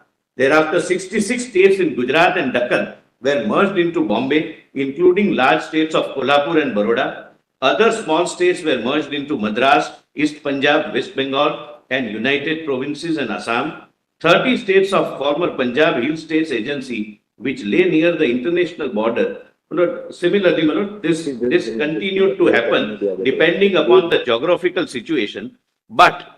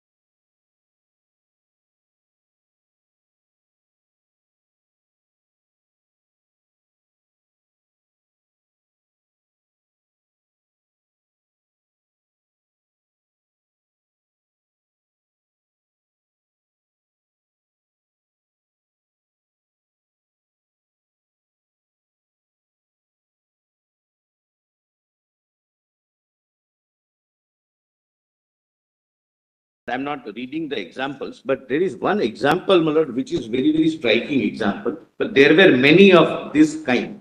So out of 506 plus princely states, about 200 plus were only in one region of Gujarat, that is Saurashtra region. They formed United States of Kathiawar. There was a separate country which functioned for some time and thereafter merged. But they signed a treaty of accession. Kindly have a look at the treaty of accession, page 30.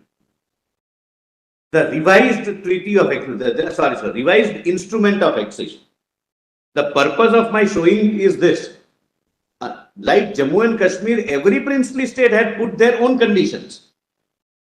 But eventually, one of the theory of Act of State and Article 363, that all treaties, etc., get subsumed in one document, namely the Constitution of India. Please see, my lord, page 30, the highlighted part, that all subjects except matters relating to taxation. That those princely states said that taxation will be our subject. You will not touch.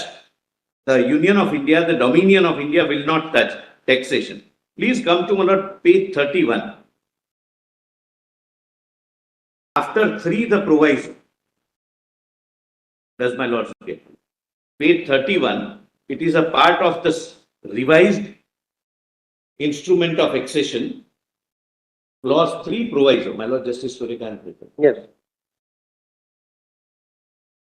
Provided that nothing contained in the said list or in any other provision of the Act shall be deemed to empower the Dominion legislature to impose any tax or duty in the territories of the United States. United States means United States of Saurashtra. Or to prohibit the imposition of any duty or tax by the legislature of the United States in the said territories. Please come to page 32. There are 2 clauses. This is to show every state had put their conditions.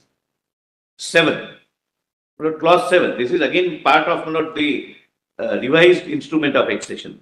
Nothing in this instrument shall empower the Dominion legislature to make any law for the United States authorizing the compulsory acquisition of land for any purpose but subject the Dominion for the purpose of a Dominion law which applies in the United States deem it necessary to acquire any land. The Raj Pramukh of the United States shall, at the request and at the expense of Dominion government, acquire the land, or if the land belongs to the United States, transfer it to them on such terms as may be agreed or in default of agreement determined by an arbitrator so and so, so and so. Well, till the princely state remained, even after independence, they were called Raj Pramukhs. Even after the federal units, namely the states. Until the 1956 amendment. 56. When the Raj Pramukhs were abolished and you had the governor. The governors, not the princely state. But 8. Nothing in this instrument shall be deemed to commit the United States in any way to acceptance of any future constitution of India. This is not allowed in Jammu and Kashmir. It is reverse, I'll show. But they say, I am not admitting that I'll accept the future constitution of India in any way to acceptance of India or to fetter the discretion of the government of United States to enter into agreements with the government of India under any such future constitution. The only difference was that this constitutional history led to the ultimate integration in every sense of the other states like Kathiawar, Saurashtra, Baroda. They didn't follow the 370 route because for J&K, the constitution decided to go to 370. The other states, there was no provision like 370. They merged and they were integrated completely. They accepted list 1, they accepted list 3. They accepted the ultimate dominion powers, executive and legislature of the Dominion of India. I am just showing this with a view to make one point, that a stand which is now being taken and which has been taken, that we had a special feature and therefore we were given a special treatment, and therefore this provision is kind of a privilege given to us which can never be taken away. But I'm just trying to show that there were many similarly situated princely states They had also put their conditions, but eventually they subsumed themselves with the Union of India because of the Act of State Doctrine and because of Article 363 and Article 1. But They came into the Indian Union as a volition. They joined voluntarily. I mean, we take it as voluntarily. It may have been a little bit of persuasion. It may have been whatever. Real politics. Yes, obviously. Obviously, no difficulty. And that was probably the genius of Sardar Patel. There's no difficulty. There's no doubt about it. But the fact, however, remains that insofar as J&K is concerned, J&K bucked that trend.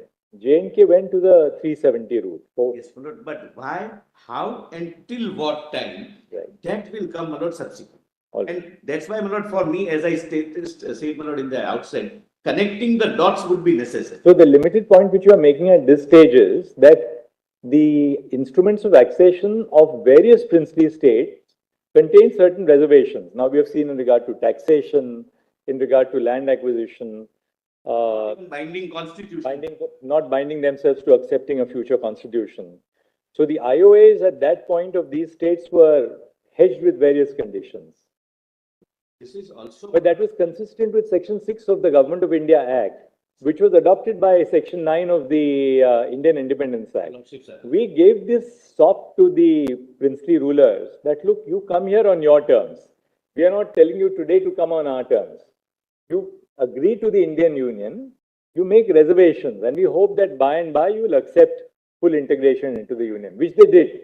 Another point why I wish your lordships made aware of this development is, there was an argument that instrument of merger was a necessary attribute for a complete integration. Otherwise, we had kind of an internal sovereignty.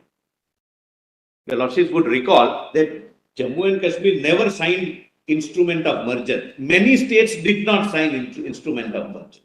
From the date on which Constitution of India came into force and Article 1 came into force as an act of the state, they became integral part of Union of India. And how Jammu and Kashmir got separated, my lord, and how it was only for a temporary period, Lord, would succinctly come, Lord, in subsequent. Interesting, Mr. Solicitor, this Department of States which existed in the Ministry of Home Affairs post 1950, after the Seventh Amendment, right, 1956. 238 was, yes. So the Department of States must have been abolished post 1956. You will be still having records in the Ministry of Home Affairs? I'm sorry, my lord, my instructions are not. Officer sitting, my lord, was the additional secretary in charge of Jammu Kashmir in MHA. He said that department technically still continues. So Department of State still continues. Still continues. Now, do we have, I'm not sure whether this exercise can be done just for, I mean, you don't have to do it by a very detailed document, but just a tabulation. If you can have a list of the states and, you know, we can have, say, Kathiawar, instrument of accession, supplementary instrument of accession, and merger agreement. Which of the states came into the union with a merger agreement? Which of the states had no merger agreement at all and yet joined the union?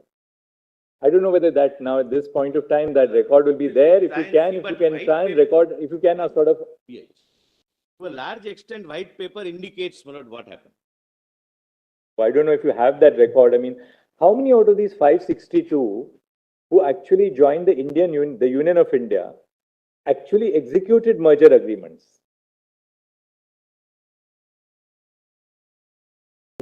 What I meant was, how many of these states which joined the Union of India did not execute merger agreements? That will be a smaller group probably. But possibly. So, which will then perhaps give some support to your argument that the execution of a merger agreement was not quintessential to acceptance of ultimate sovereignty by India. And second, many states, many princely states were subsumed with the Union of India even without a merger agreement. And various states, therefore, were subsumed in the Union of India only with an instrument of accession. We'll do that exercise. Substantially, everything is there in the white paper. But if there is nothing else also, Manoj,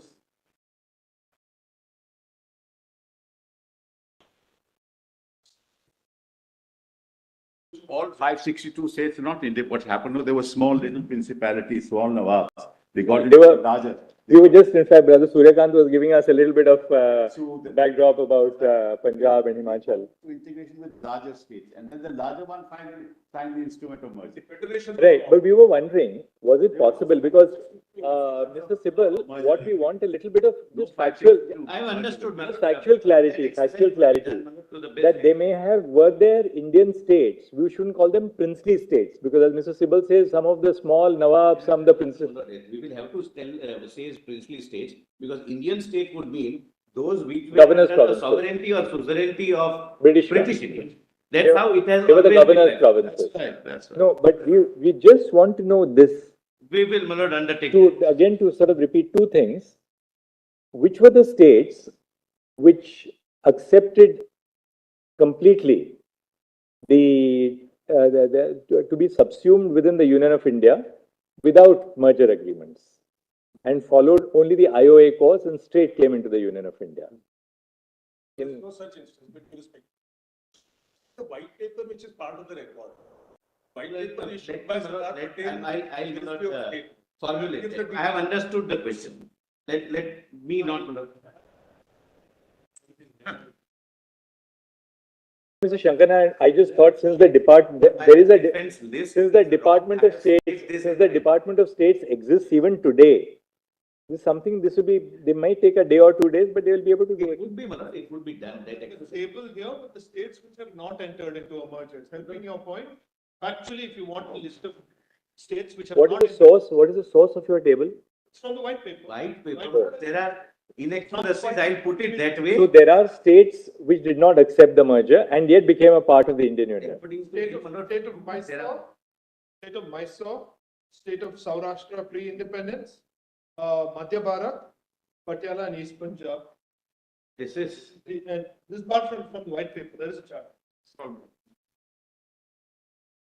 we will, my lord, that's not, my lord, deviate from it. I have, my lord, taken the point. Your point is that there were other states, basically whether it was 2, 3, 4, 5, whatever, there were other states which did not sign the merger agreement. Apart from. Yes, there was nothing special which is being claimed. That's your point. I'm just saying. And second, that merger was such a sine qua non, without which you can never be an integral part of India, either under Article 1 or otherwise, or your special status must continue. But please, my lord. So in other words, Mr. Solicitor, to sort of paraphrase your submission, it's twofold. First, the expression of reservations in the instrument of accession was not unique to the instrument of accession which was executed by Maharaja Hari Singh. I couldn't put it that way. To the execution of a merger agreement was not a sine qua non to be absorbed or become a part of the Indian Union. It's a twofold. Union of India. We got the point. So please come to para 30, to page 32 bottom, my notes. Note 1. The assertion of the petitioners that all others signed the instrument of merger except state of Jammu and Kashmir is false. Several states signed revised instruments of accession, including therein different conditions, etc. I have seen. Neither this process of integration, unionization, linear in its legal application, nor assurances or negotiations remained sacrosanct while framing the Constitution of India and making of this great nation as Union of India. There were states which did not sign revised instrument of accession or merger agreement also joined as part of Union of India. The same thing my lords were indicating. As and when such inclusion of the state took, their respect representative kept on being included in the Constituent Assembly and Schedule 1 kept on being amended, adding each state. Once the Constitution of India came into being on 26 January 50, all states mentioned in Schedule 1 being part of Union of India, losing their sovereignty, if any, which was an act of state, and this is how countries are formed. With coming into force of the Constitution of India, only the Constitution remained the supreme document vesting sovereignty in the people of India, and all other documents got subsumed in one sacred document, that is the Constitution of India. Thereafter, no princely state has successfully asserted its claim based upon any previous document, be it instrument of accession, revised instrument of accession, or merger agreements. The princely states also retain their right to not commit to the future constitution. However, the application of Indian constitution through Article 1 was not dependent upon the same. To my lord, your lordships can skip. Kindly come to my lord page 34. My learnation want me to read. The instrument of accession had its source in section 5 and 6 of the Government of India Act. I'm sorry, my lord, my learnation is right. I should have. There is no statutory source of merger agreements, and they were only signed in some cases as a result of negotiations between some states and Dominion of India. It seems, but it's more because of binding the princely state not to go back from its word that they were signed. It doesn't have any statutory source like instrument of accession. Then note 34. 1148, the draft constitution was introduced in the Constituent Assembly. Upon its introduction, Dr. Ambedkar gave a speech outlining how, my Lord Justice Gawai was referring to this, outlining how the constitution was meant to function and how governance under the constitution was to be conducted.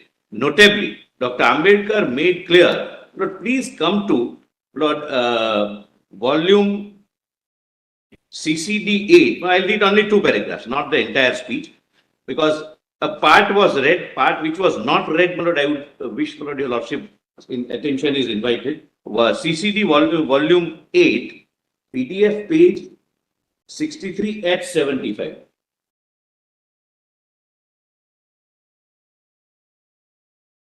Documents volume 8. Lord, document volume 8, PDF page at 75. 64 at 70. Starts at 64 at 75. Only one paragraph, which was not read, therefore I am reading it. Because according to me, this is the heart of what Dr. Ambedkar felt. Single P.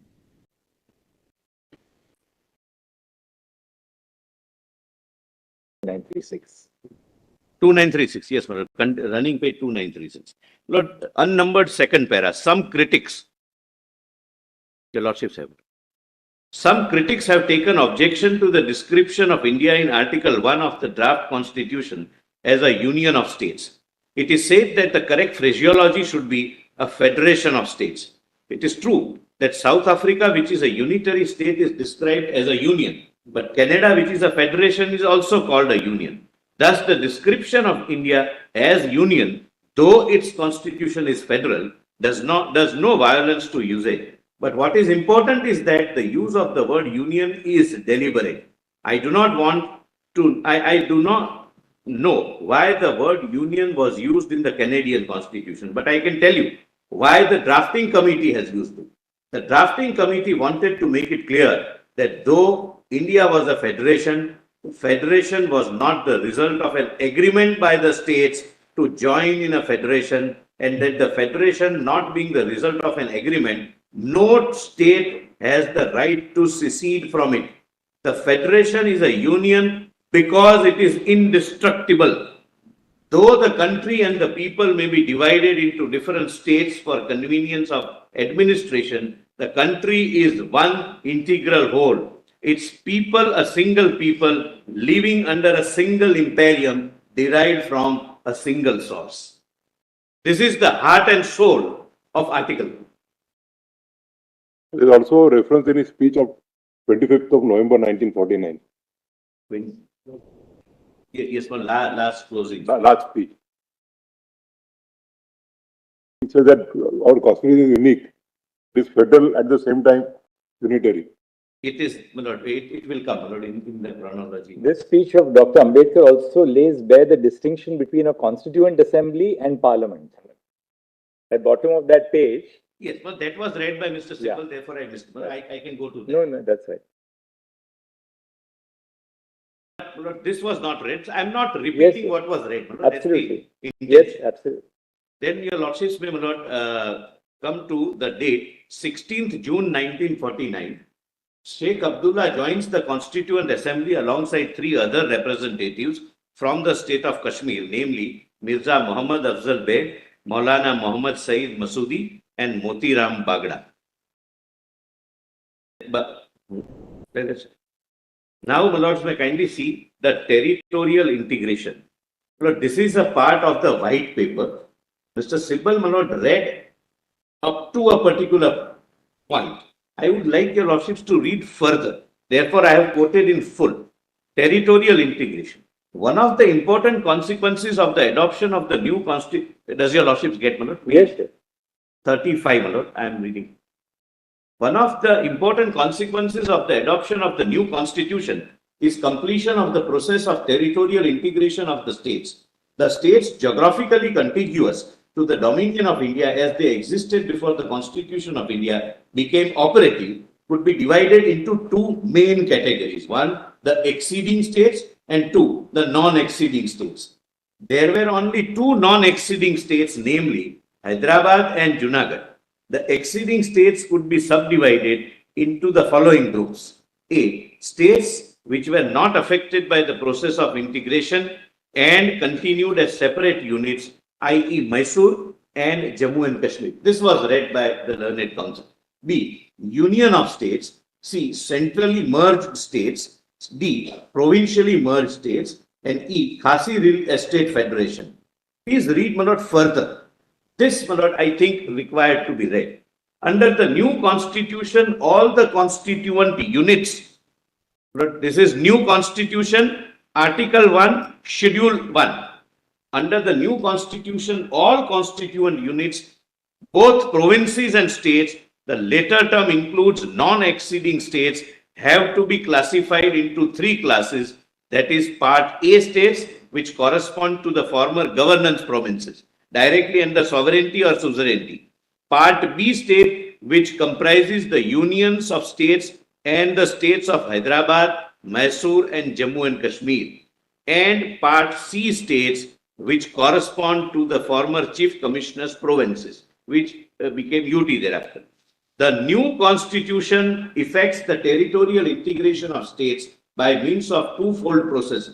Firstly, Article 1 of the Constitution defines the territories of India to include the territories of all the states specified in the first schedule, including Part B states. This is an important departure from the scheme embodied in the Act of 1935, in that while Section 311(1) of that Act defined India to include British India together with all territories of Indian rulers, the Act did not define territories of Indian Federation.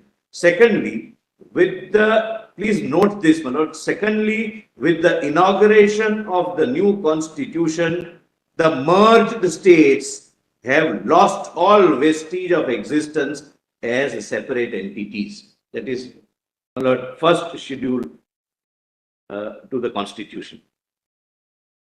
My lord, thereafter, your lordships can, my lord, skip. Your lordships may come to, my lord, 8849. This is how, my lord, you retain your sovereignty. I have given an example that internal and external sovereignty, my lord. For example, we have a treaty. I'm sorry, my lord. I'm sorry. I missed one. July 49, my lord. Kindly see, my lord, July 49. Note by the Ministry of States regarding the Indian states, it was specifically noted that Jammu and Kashmir would be treated as a part of Indian territory. Please read only first para.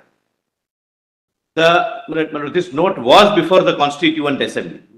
We have checked it. The government of India have considered the matter in its various aspects and are of the opinion that in view of the present peculiar situation in respect of Jammu and Kashmir state, it is desirable that the accession of the state should be continued on the existing basis till the state could be brought to the level of other states. Idea was prevailing situation then, not instrument of accession or lack of merger, etc. The prevailing situation then.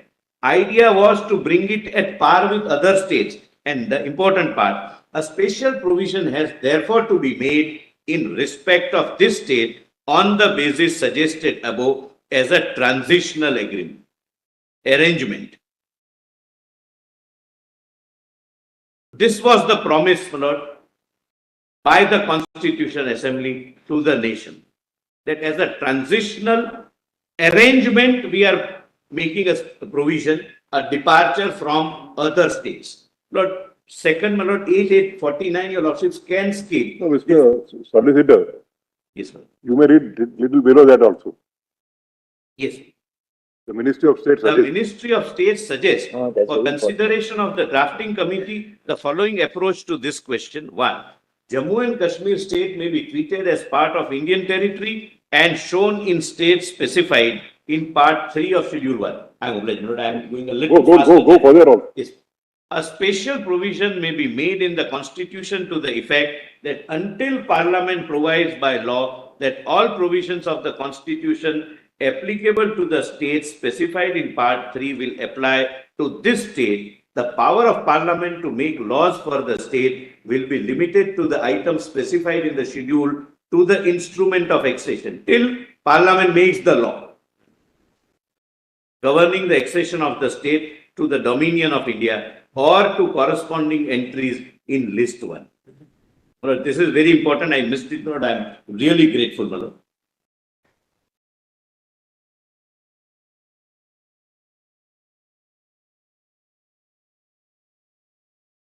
Lord, 8849 is just an example how to retain your sovereignty. That is, my Lord, Bhutan. Bhutan has a treaty with us. Contemporaneously signed, my Lord, in 4750, my Lord, that is 8849, where, my Lord, in external affairs, India has suzerainty. We don't have sovereignty. They are sovereign, but, my Lord, we have the 12-10-49. In a speech to the Constituent Assembly, Sardar Patel stated that although the initial policy of the government was to permit states to have a separate constitutions, this idea had now been dropped as a legacy from the rulers and the polity, and that in a people's polity, there was no scope for variegated constitutional patterns. We therefore discussed this matter with the premiers of various unions. Unions means the princely states, or association kind of a thing, and decided with their concurrence that the constitution of the state should also form an integral part of the Constitution of India. The natural implication of this statement is twofold, that Article 370 was of a temporary nature, and that it was meant to last only until the disturbed situation in Jammu and Kashmir was normalized. Now, Lord, is interesting. Draft Article 306, Gopala Swami Iyengar had discussed the position of draft Article 370 in detail with Pandit Nehru before his departure to United States. Lord, generally speaking, when we go through, Lord, Gopala Swami takes the line which Pandit Nehru wants him to take. Lord, and there is some difference of views between Sardar Patel and Nehru on this issue. Principled differences. However, there was strong opposition in the Indian National Congress for giving any special provision. The same has been noted as under in my reminiscences of Sardar Patel by Vishnu Shankar. Lord, Vishnu Shankar was the principal secretary to Sardar. He was secretary within Kashmir in those days and rose to become the cabinet secretary. Lord, his version is considered to be one of the authentic versions of what transpired during that period. Please read, my Lord, what he says. In the party, there was a strong body of opinion which looked askance at any suggestion of discrimination between Jammu and Kashmir state and other states as members of the future Indian Union, and was not prepared to go beyond certain limits in providing for the special position of Jammu and Kashmir. Sardar was himself fully in accord with this opinion, but due to his usual policy of not standing in the way of Pandit Nehru and Gopala Swami Iyengar, who sorted out problems in their own line, he had kept his own views in the background. In fact, he had not taken any part in framing the draft proposals, with the result that he heard the proposals only when Gopala Swami Iyengar announced them to the Congress party. The announcement was followed by a storm of angry protest from all sides, and Gopalaswamy Iyengar found himself a lone defender with Maulana Abul Kalam Azad, an ineffective supporter. Metaphorically, the situation may be succinctly described by saying that both Gopalaswamy Iyengar and his proposal were torn to pieces by the party. Now, J&K was included in Part 3 states under Article 1, and its territories were defined as the territory which comprised of the corresponding Indian state immediately before the commencement of the Constitution. Lord, then, my Lord, I have given the list, your lordships can skip. Please come to 15-10-49. 4 seats were allocated in the Constituent Assembly to Kashmir. The debate is quoted as under. My Lord, please come to page 39, somewhere in the after the figures. The foregoing paragraphs have dealt with changes in the numerical strength of the Constituent Assembly and in its representative character. That was, however, a series of changes of a different kind in the representation accorded to the Indian states which deserve separate mention. While the Constituent Assembly was in session holding its deliberations between December 46 and November 49, many of the smaller states were merged in provinces. Many others were united to form United Union of States, and some were directly administered by the center as chief commissioners provinces. These changes necessarily called for a readjustment of representation of states from time to time. The general plan adopted was as follows. The states were merged in provinces. The Speaker of the Legislative Assembly of the province was authorized to hold elections and by-elections wherever necessary and notify the person or persons elected or nominated. 2. Where the states were united to form United Union of States like United States of Kathiawar, and in case of Hyderabad, Mysore and Jammu and Kashmir, the Raj Pramukh or the ruler of the state was entrusted with this function of selecting, not obviously but not electing. And 3, in case of states constituted into chief commissioners provinces, this function was entrusted to the chief commissioners. So far as allocation is concerned. Now kindly come to the next.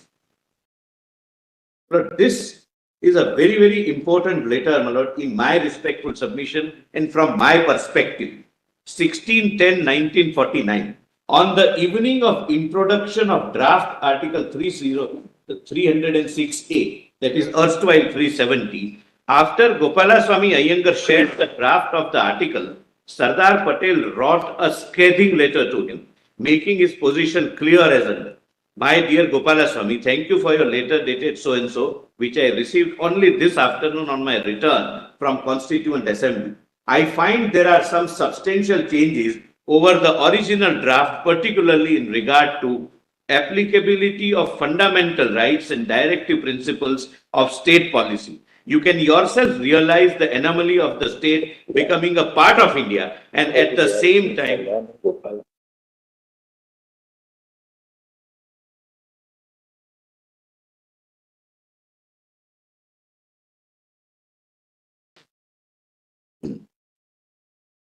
you can yourself realize the anomaly of the state becoming part of India and at the same time not recognizing any of these provisions. And I'll show till 76, Article 21 was not applicable in a truncated way. Article 19, there was a sub-article added as it applied to Jammu and Kashmir, that the reasonable restrictions would be those which will be prescribed by the legislature, meaning thereby the persons against whom citizens invoke Article 19 would decide what would be the reasonable restrictions. I'll come to that.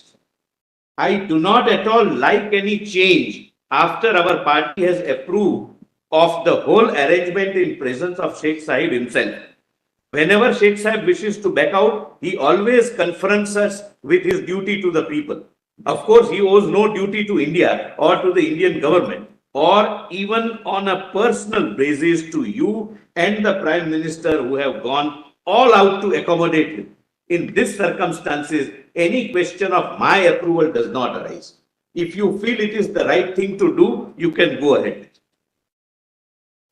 Here, no ambiguity, no.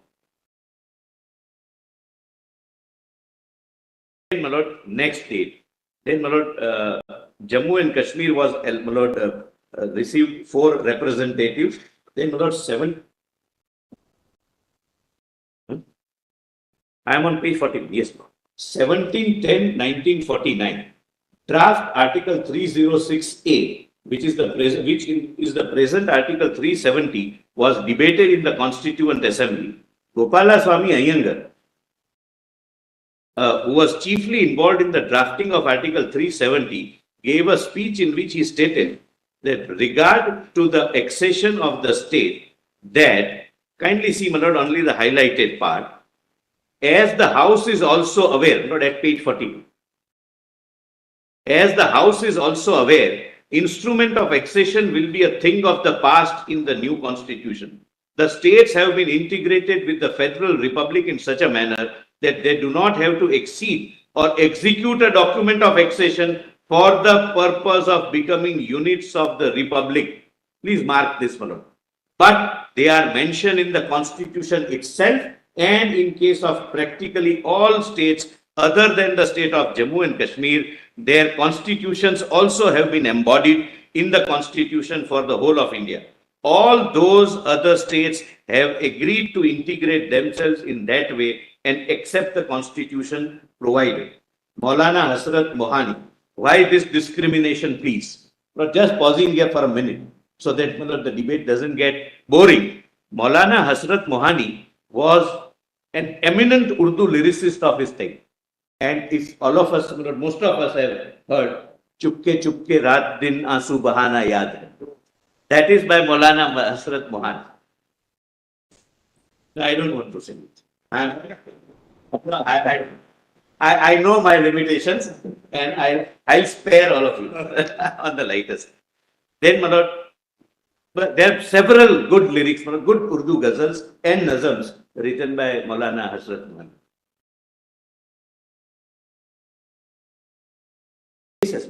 The question is very important. That why are you discriminating from people of one state and people of other? And your lordships would be shocked when I show the discrimination.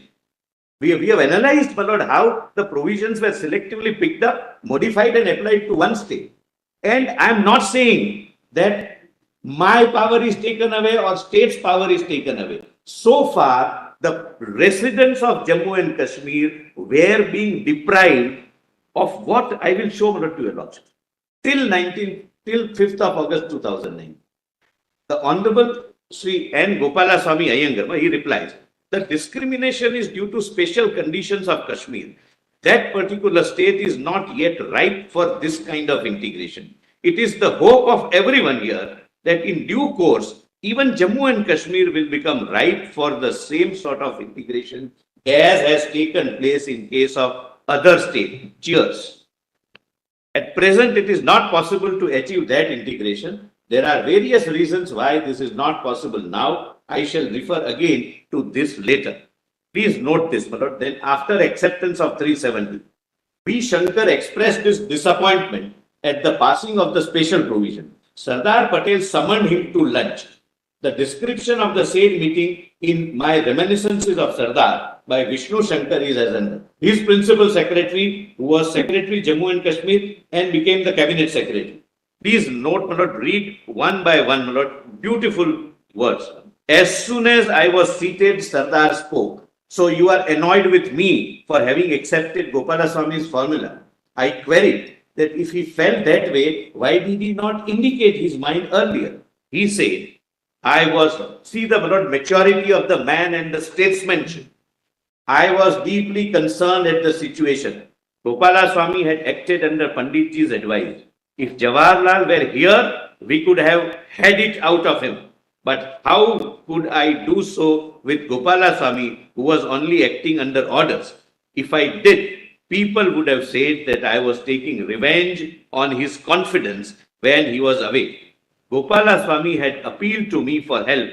How could I have let him down in absence of his chief? Since my Prime Minister is not present, I'll not let him down since my Prime Minister is out of the country. I then asked why he had let down the country and other states whose constituent assemblies had been scrapped in accordance with his advice and policy. He conceded the validity of the criticism but pointed out the delicate international position of the state and the issue of its relationship with India.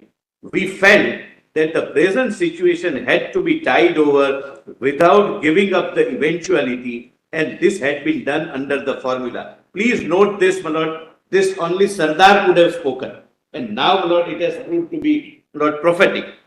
He said that after all, neither Sheikh Abdullah nor Gopalaswamy was permanent.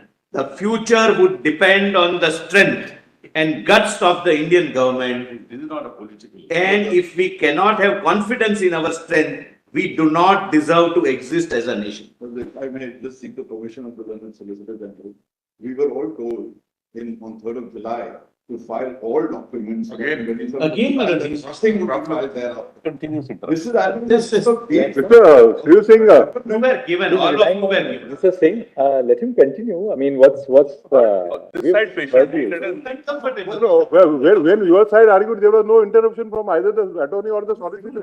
Lord, many of them provided additional documents, But, additional judgments. We never objected. these are well established, these are well known. Why such sensitivity over some statement which comes, because it may not be palatable. Also,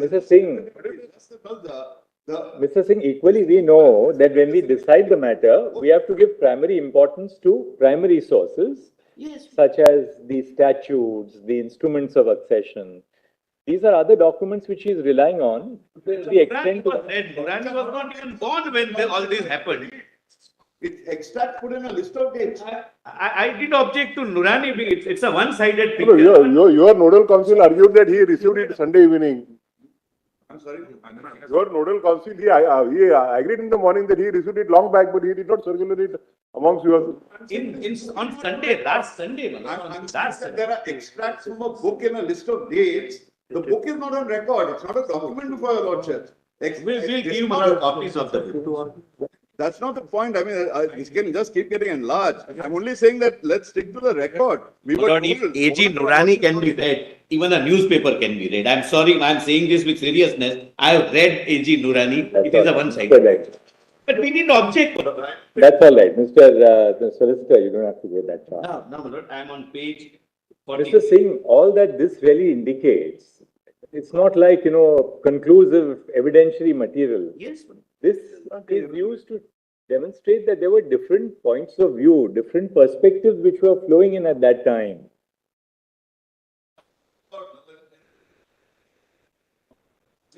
A historical perspective of what people felt at that particular There are time. several And things in mentioned internal by dialogue that was I would- taking place, where one side was expressing one view, the other side was strongly opposed to it. Ultimately, we have to interpret the provision of the Constitution. Exactly. How this all came about, This that's is all an that we are. end of it. Even you also referred to certain I documents. find, Malad, this going on, but I mean, That's all right. These documents give us some That's right. air of the background, I- of different perspectives to the background. Several new facts were stated. I didn't object because I didn't want to trivialize the dialogue.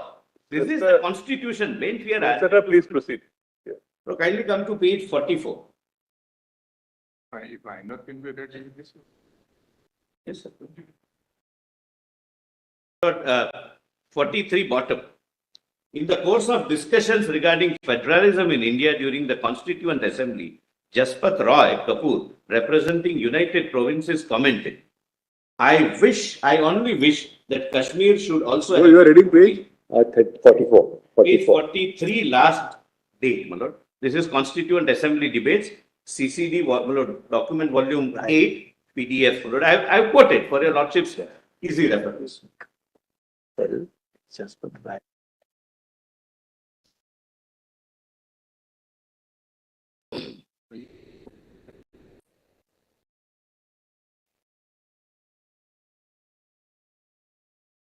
In the course of discussion regarding federalism in India during the Constituent Assembly, Jaspat Roy Kapoor, representing United Provinces, commented, I only wish that Kashmir should also have been brought in on the same level as other states, but unfortunately, much to our dissatisfaction and chagrin, if I may say so, this would not be done. This is a delicate subject and I'll not say anything more on this. But please read this, my lord, now.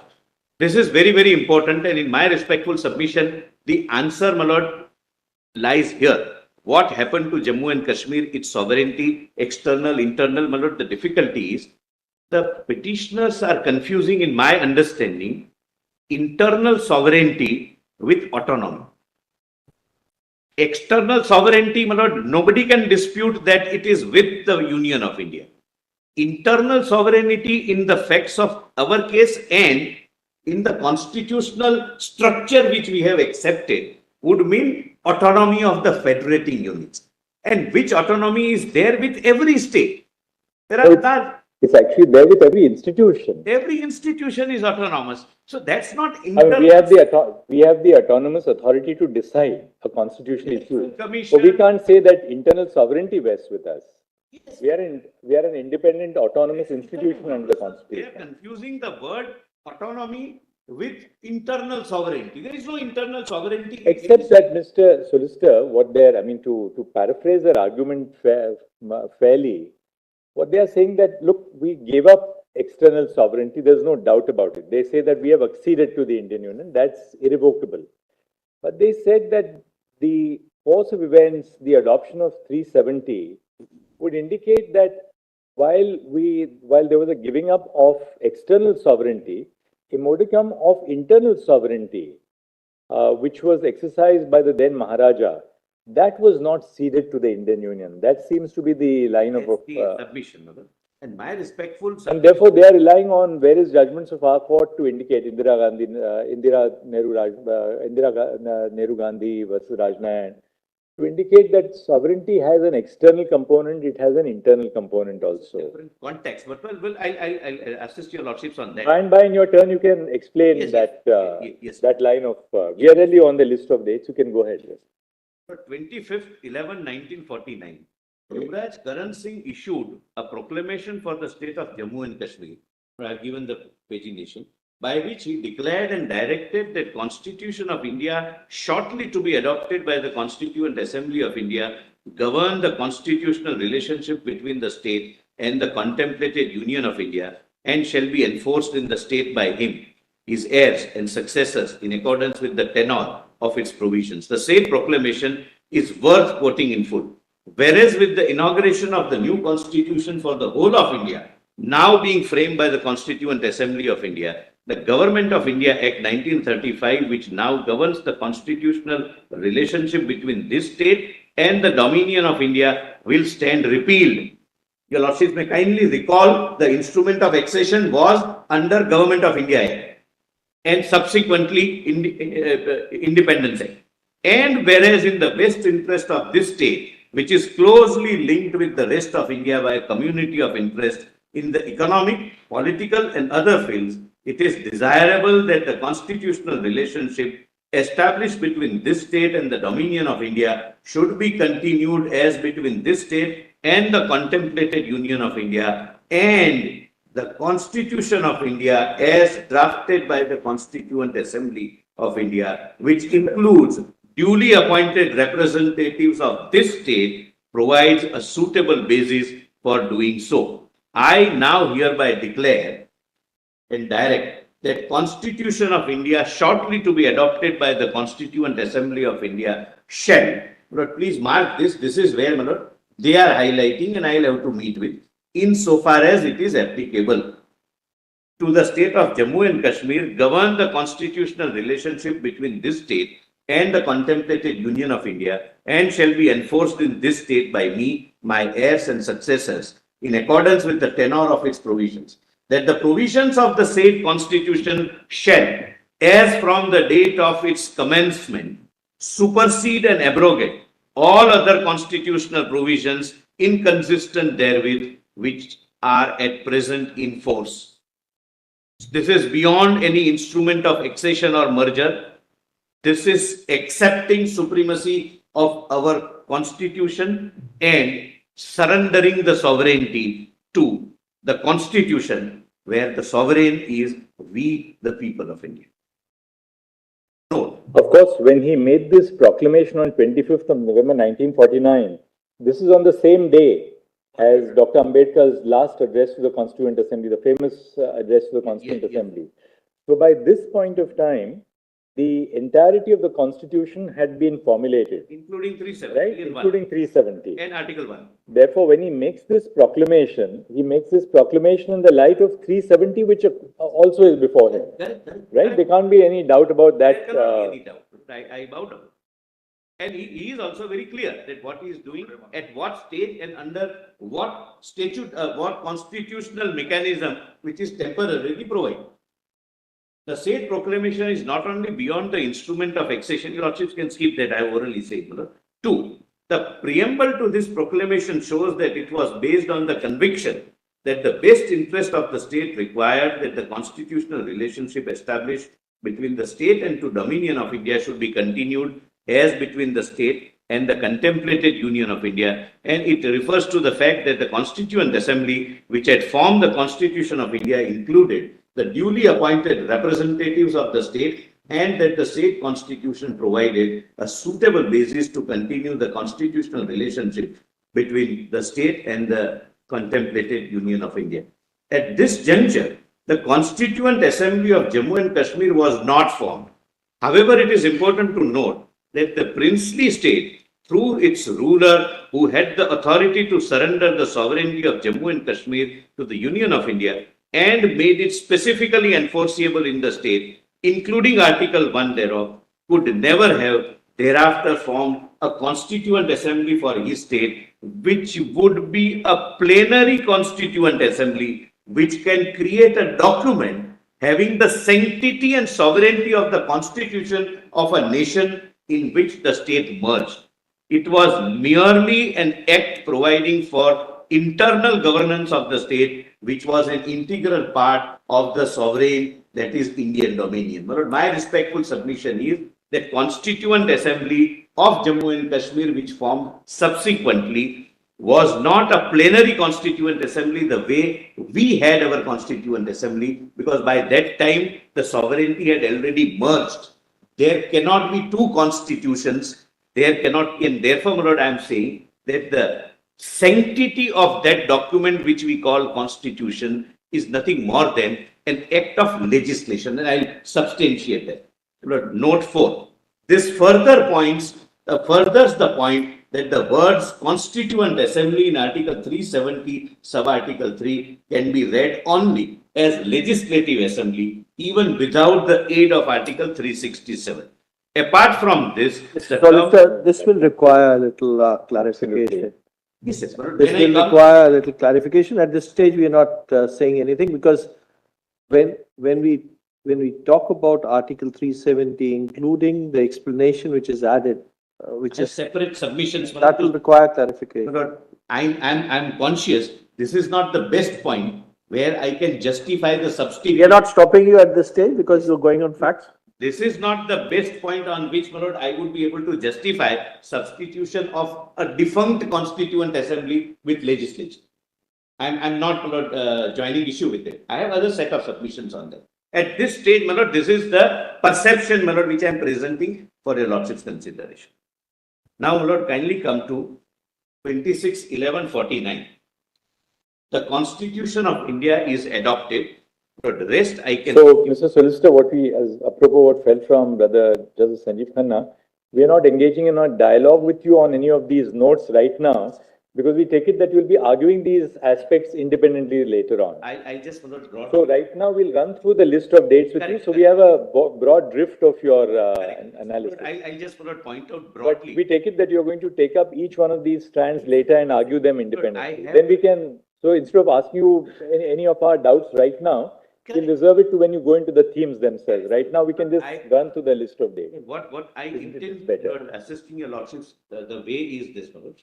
After this, my lord, I'll show how the Constitution, how 370 worked till 2018, and some of the things are really shocking. And my lord, I want your lordships, my lord, to know about, because practically, two constitutional organs, state government and the president, in consultation with each other, can amend any part of the constitution the way they want and apply it to Jammu and Kashmir. For example, I'll elaborate on this. Please mark this. the preamble of Indian Constitution was made applicable to Jammu and Kashmir by way of a constitution order under Article 371B in 1954. Thereafter, in 42nd and 44th Amendment, the word socialist and secular came to be added. That was not made applicable till 5th of August 2019. Jammu and Kashmir Constitution was not having either the term socialist or secular. And I will show my lord, the devastating effect it would have, my lord, if this constitution, which according to me is nothing more than a legislature, would not have been repealed the way, my lord, we have done. I'll explain the procedure which we have followed. I must satisfy your lordship's conscience. My lord, your lordships have very rightly flagged that ends may not justify the means, but I'll justify the means also. They are constitutionally permissible means. Eventually, when you argue that this is really not a constituent assembly but a legislative assembly in its original form, you will have to answer how this squares up with clause 2 of Article 370, which specifically says the constituent assembly formed for the purpose of framing the constitution of that state. Correct. I have to answer. That is because there's a textual answer which may militate against your line of approach on that. Yes. Anyway, we'll discuss that later on because. Kindly come to my lord, page 47.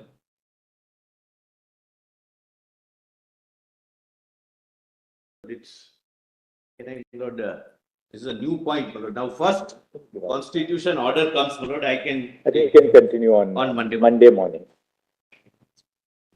Well, since your lordships is hearing this matter on Monday, we had some commitments. Your lordships will pardon me for some. Certainly, not to be yes, there. of course. But I didn't know about this. Monday running around in No. miscellaneous No, matters. he can't. Never. He can't. Never, my lord. I am before the constitution. Yes. No way in the world. Out of question, my lord. I would not make any request. Would like to.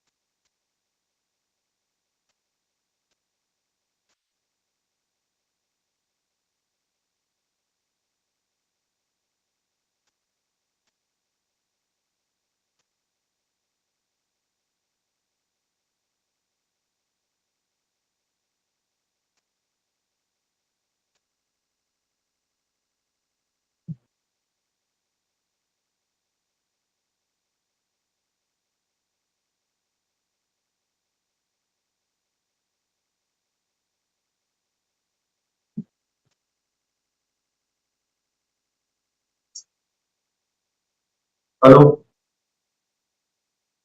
जी बिल्कुल बिल्कुल sir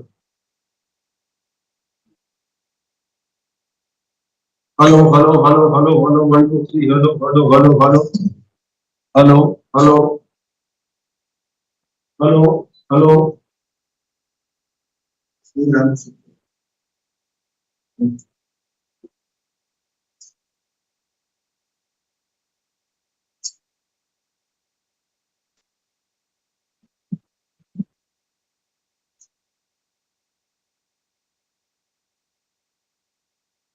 ठीक होगा